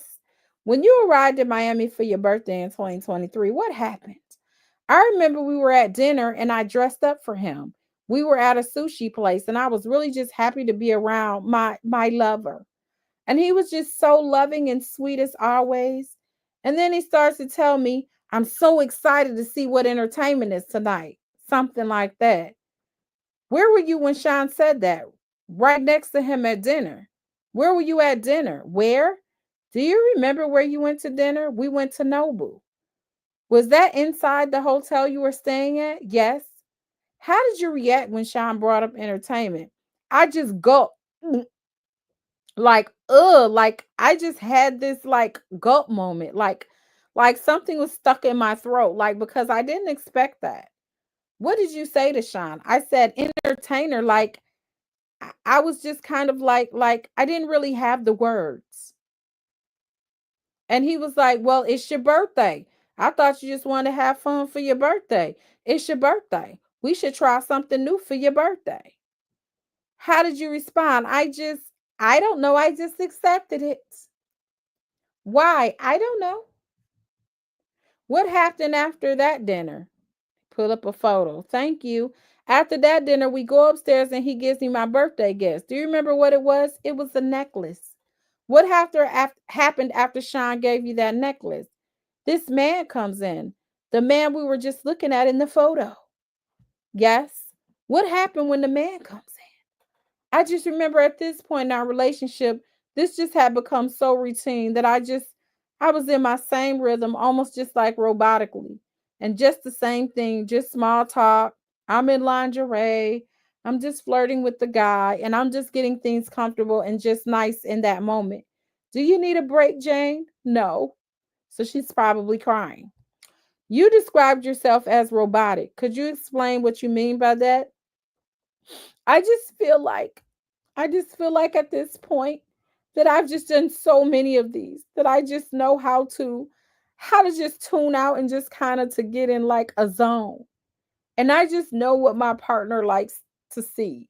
And I just turn on this person and I just begin. You said you tune out. What do you mean by that? I mean, I just put my thoughts away.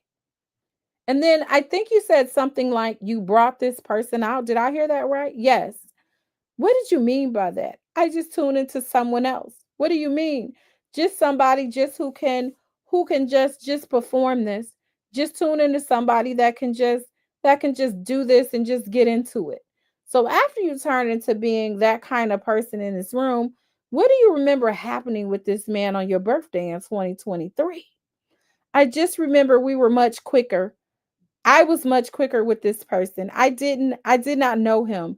He felt more like a stranger to me more than anyone. And I just felt that it was just even more an invasive moment because it was my birthday and I didn't want to do this on my birthday.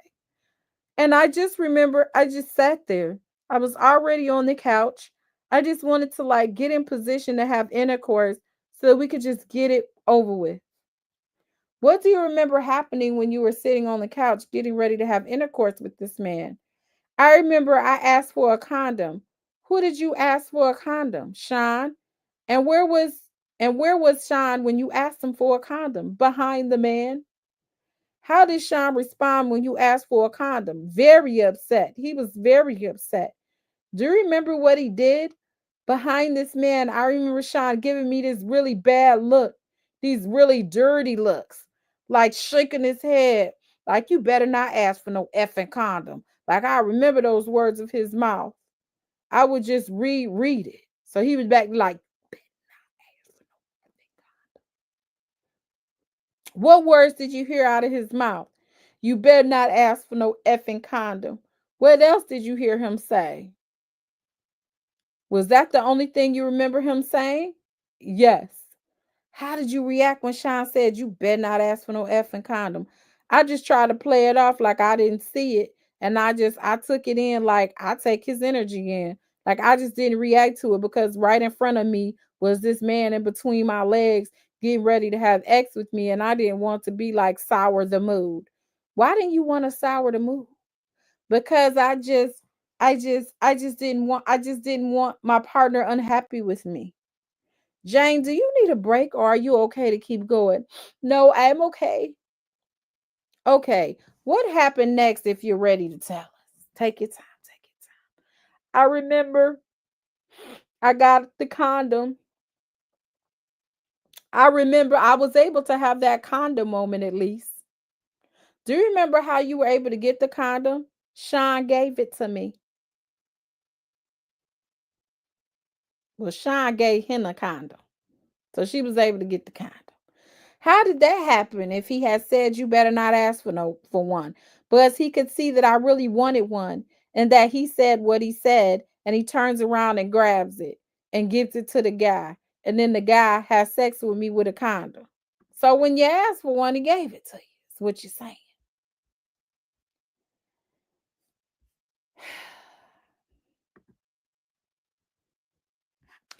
Naldo says, so are they trying to say that this woman did not have agency over her actions? I don't see no force or bribe with this one. Olga said, these brides are ridiculous. They're wasting taxpayer money. Ty said, I find it kind of funny how Jane going hard in the paint. Meanwhile, Diddy everywhere with Carisha during this time, water red carpets. Yeah, 2023 is when the Carisha thing was happening. You get me? Said, I think he's so petty he purposefully would go out. Okay, I already read that. I thought I didn't read your comment. Okay.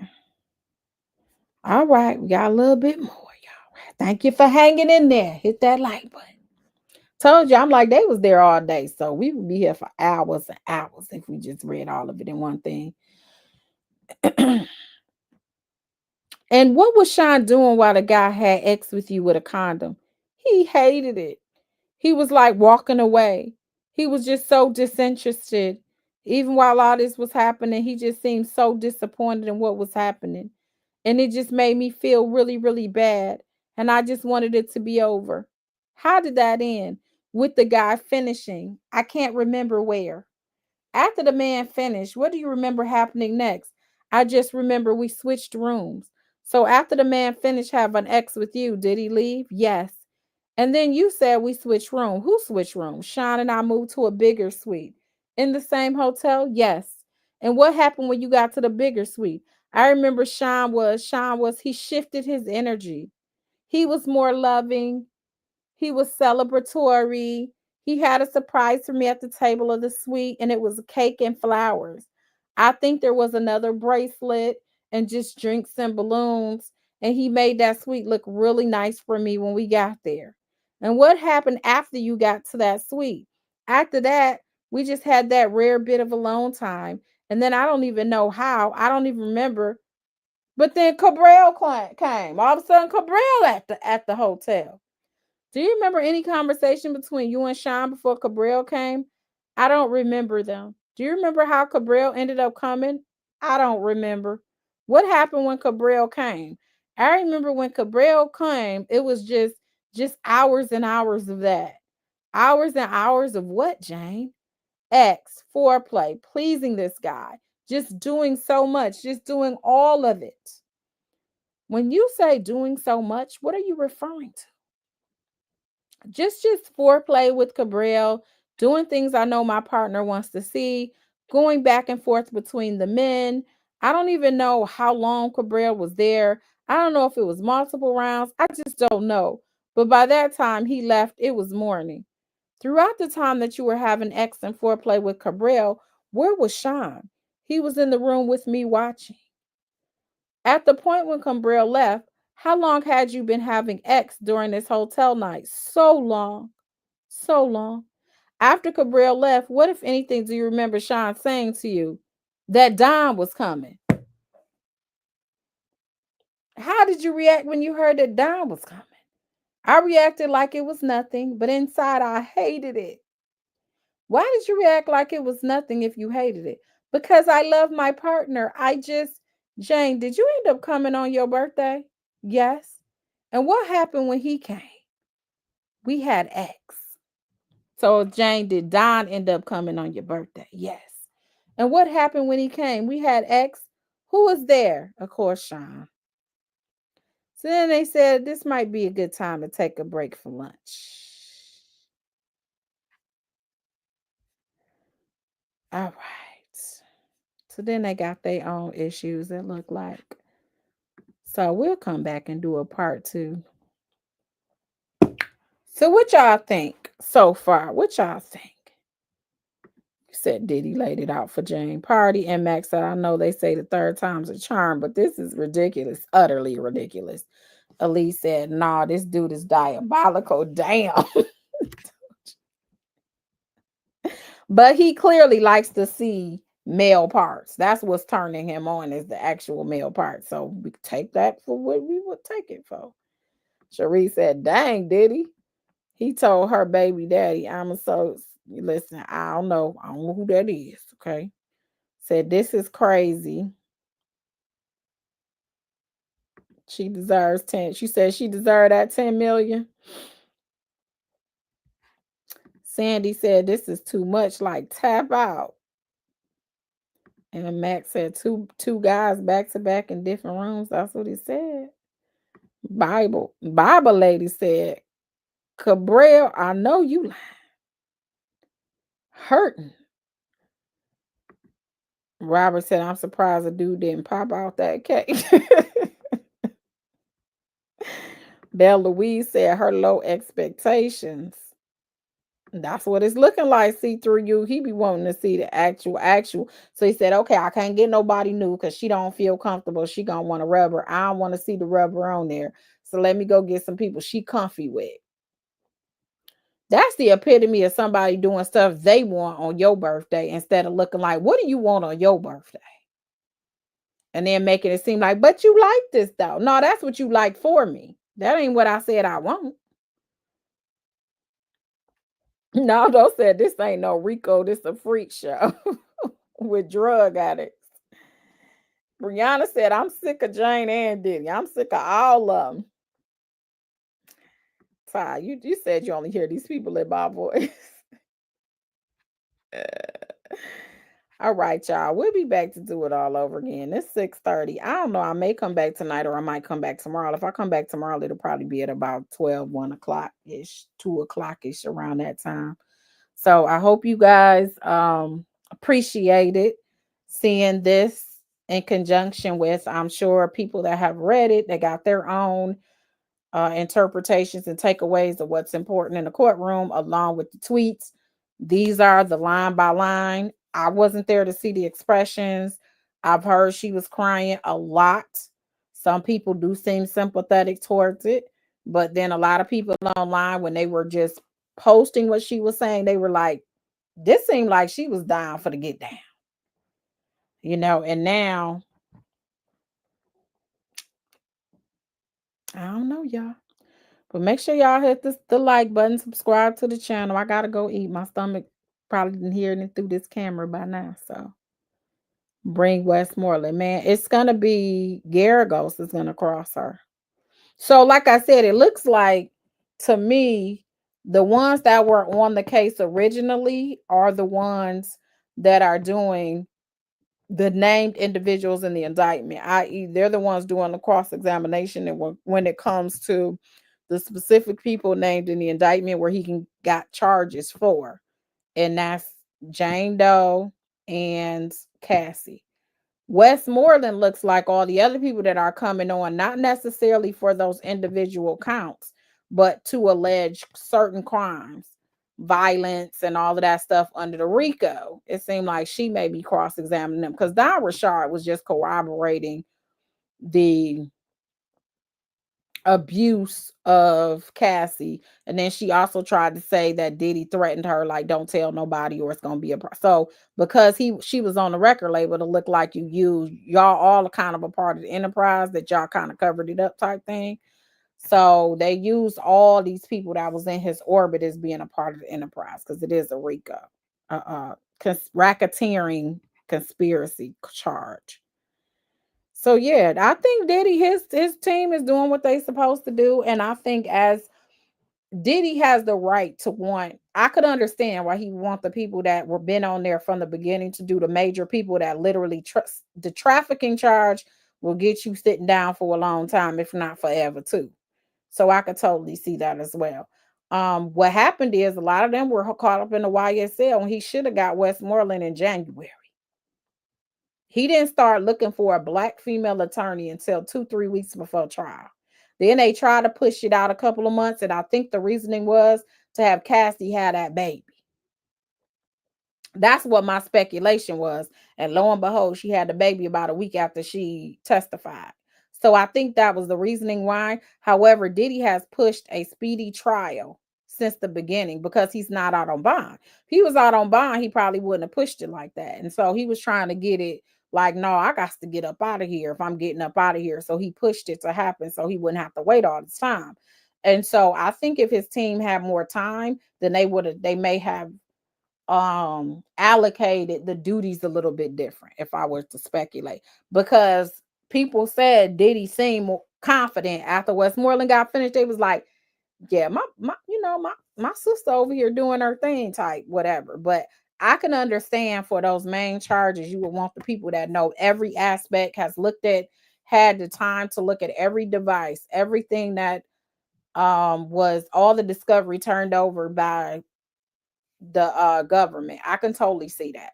Like right now, I don't know if Westmoreland and Autumn have looked at every little nook and cranny that has been turned over. But what we do know is since around September, we know that Agnafilio, Spiro, um, Garagos, they've all had the ability to look at it. So I could get him wanting that. So yeah.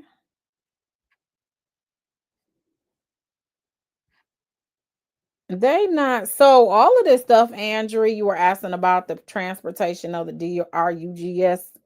I don't say it so many times. I don't know why I just spelled it. That's how you know I need to eat. I think that the thing about that is these are predicate acts. So when people get online, they're like, they've already did 35 crimes. Okay, they can name 35 crimes. The jury has to believe that he's done all of those crimes, which it's a couple of them that's in there. And there's specific crimes pursuant to statute that can be a part of the RICO. And there are plenty of crimes under there. However, there are elements aside from that. That's not the only thing you have to prove. If that was all they had to prove, then perhaps, yeah. They definitely proved some state crimes. I'm not going to say prove. I'm going to say shown some state crimes if you want to believe what everybody said and just assuming it's true.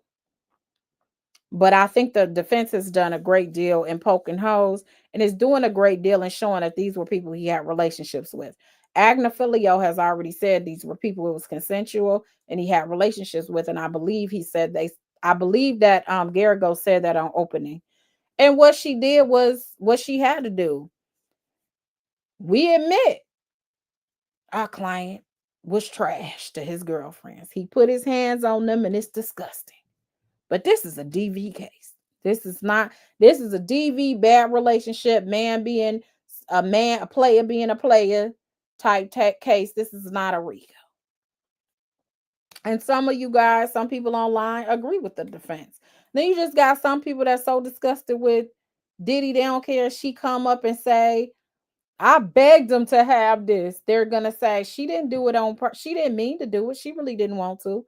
That's how they're gonna be. That's why I was telling y'all when they were talking about the grooming. I don't know how old Jane Doe is, but when they talk about the grooming and the agents and all of that stuff, okay, y'all can try to say that because she was 21. But I was asking, where does is there an age limit? Like when do we say some of this stuff is your own volition and doing? Because when she asked for a condom, whether he agreed with it or not, or liked it and looked disgusted, he gave it to her.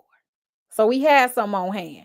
And I think they're showing that as, that's dangerous to be doing that without it. So he was basically put your body out there and jeopardizing your life and everything for you to do this stuff. So he couldn't have had her best interest in mind or whatnot. So you had that when it was the drugs. Basically, she said she did ecstasy because that was something she wanted. She tried to do it sober. She could have done it sober. She just didn't want to because it took her out of La La Land, and she wanted to do all this in La La Land. So even though he had the drugs and they were around, she was not forced to take them either. So that's their whole point with the defense. This is stuff that she chose to do. She's saying, I just did it because it was my partner and what he wanted. But I let him know on several occasions I really don't want to do it. But, and then you'll see, like, even from the first transcript, when she said she didn't want to do it, he broke up with her a couple of times, or she broke up with him. It was a lot going on. One of them was like, if you don't like doing this and you don't like our relationship, saying this is all we do is hotel night, then baby girl, we could break up. And I'm gonna give you 3 months to pay your rent. And her thing is, she felt like she had to do it. I thought 90 days for you to get it together, if that's all you was living off of, was pretty, because I don't know too many people, when they with you, they're gonna stay, I'm gonna still pay all your bills, and we broke up. But to the government, they're making it like she stayed with him along with the freak offs only because he financially had his claws in her, because she was relying on him. Now she said she had to be ready, I guess, at all times. But what you see on here, it sounds like she said frequently was once a week or every other week. So there were days where you could have got a job like a regular person, or you could have went and you could have did your influencing online that you saying was paying you. So the jury has to basically believe that you were prohibited from working because he had this expectation of you, and if you didn't provide what's expected, then he can pull the money back at any time. So there's a level of financial holding the finances over her head. Trey said, plus she had child support. Get a job, man. Listen, I'm just reporting what came from the courtroom. He said she did. And a lot of people want to be kept. Dwayne said, free Sean. Robert said, that's crazy. He's still paying her rent while she's trying to sink him. You don't know how they came to her. They might have told her, girl, based on this, you were part of it. You traveling drugs. You were part of the enterprise. You were co-conspirator. You done called some of these people. And she was like, because you got to look at it. He was arrested in September, and she was with him till he was arrested. So she was still kicking it with Sean. Her last hotel night was in August. So she was smiling in his face and had already talked to she was already talking to the feds. Because for them to put all of that detail inside, inside of the indictment, she probably already talked to him. Had already met with the AUSA, and they probably told her act regular so he don't suspect anything. He was still paying her rent while she was going to see the feds. And there's things to indicate, just like with Cassie, that you may have been down again with the get down. And so maybe that's why she testified. I don't know. It'd be interesting to see, did they threaten you that you would be a part of this whole caucus? Because you actually took like, he wasn't even there. You in LA, and you going to meet people in the LA knowing what in the package. And you just said, am I going to get in trouble? And then you put it in your bag, and they say all you got to do is put it in your check bag, and you good, boo. You knew you did that. Paula said, don't get me wrong, Diddy is a bad guy. However, it honestly sounds like he has an addiction to X more than intentional trafficking, and to this day he's still paying her rent. If what Cassie came down and talked about them freak offs, and you still had to do it you cut down on it because your nerves was bad, because you ain't know what was going to become of this. And you just came out of $20 million paying Cassie off. And then all these lawsuits was hitting every day. So I know you was a little stressed. That probably had part of why them freak offs kind of went down. But I think the government is showing like he knew it was wrong or something. And that's what made him stop doing them as much as he was doing before. Plus, people started distancing themselves from him. So all the people that was you seen Carisha slowly back down. She ain't had nothing to say, no comment. Everybody, the ones he was seeing in public was backing down because they had something to lose. So part of that too was you were somebody that was a secret. And I know I could still get my rocks off with you because you was one of my secret chicks. So all the secret chicks probably was having a field day around that time waiting for his arrest because he was spending more time with them. And he wasn't going, he couldn't spend time. Like I remember there was, and I'm gonna let y'all go for real in a minute.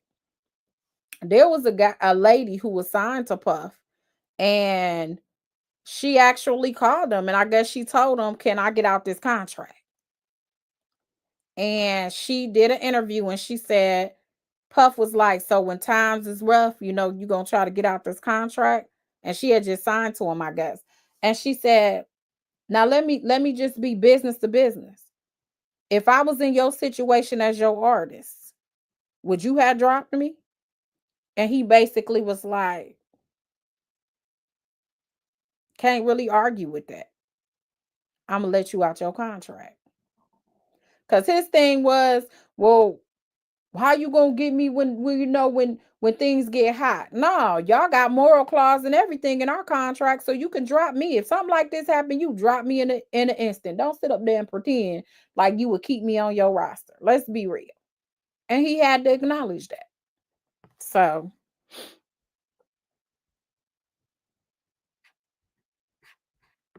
Dad said, "Grown folks that willingly engage in activities isn't a victim." Yeah.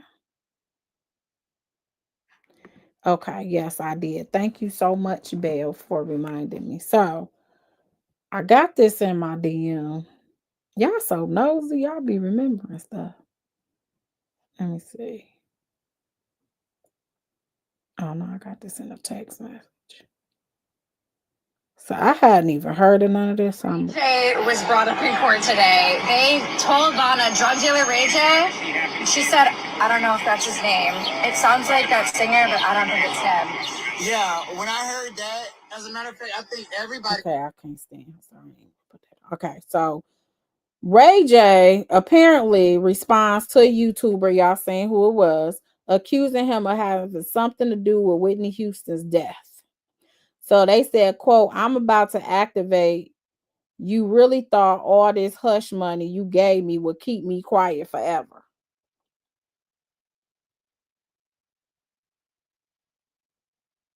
So Ray J responded and said, "WTF.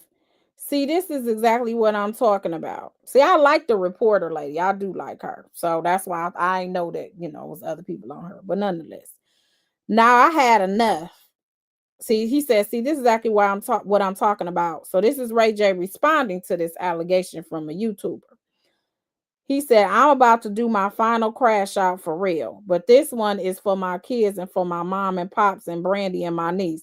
If something happened to me, then so be it. The truth matters more in the long run. I'm talking to everybody who played with me this week and sent me threats. You know who you are and continue to try to bully and manipulate me. Just being you been paying me to be quiet. Treat me like I'm your slave and silence the truth. Well, F your money. I don't want it no more. I'm about to activate. You really thought all this hush money you gave me could keep me quiet, child? This is the typos. It's crazy. Could keep me quiet forever so you can pretend to be great people? Well, not anymore. It's nothing you can do. So bring on the pain. Send everybody. I'm waiting for you." And this dude on this interview, quick to tear down another black man and talk about ish he don't know nothing about, and then bring up Whitney as if I had something to do with it. Wait, what? I'm driving to set now, but stand by. So basically, he about to crash out. He about to crash out because people saying that he had something to do with Whitney Houston's unalive. Call me darling said, "I'm glad everyone is not clear about what a freak off is. People were blaming and calling all these celebrities' name, and that was at the Diddy party." Yeah. I don't know where the parties and throwing people's names and throwing up pictures from the white party. I still don't even know where that came from. Call me darling. Because that ain't came. So the government got what, another couple of weeks to bring that up. You said leave Willie Ray alone. Not Brandy's little brother. Yeah. So anyway, yeah, I ain't know. I thought it was just her because I ain't even look at it. But so he deleted the little rant about exposing someone for trying to pay him off. So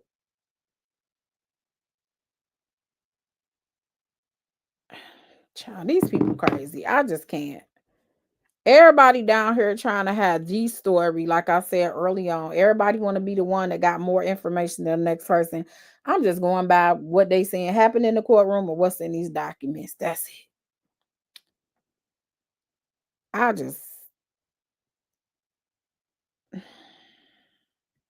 Y'all up here, student university, y'all gonna tell us who these people are.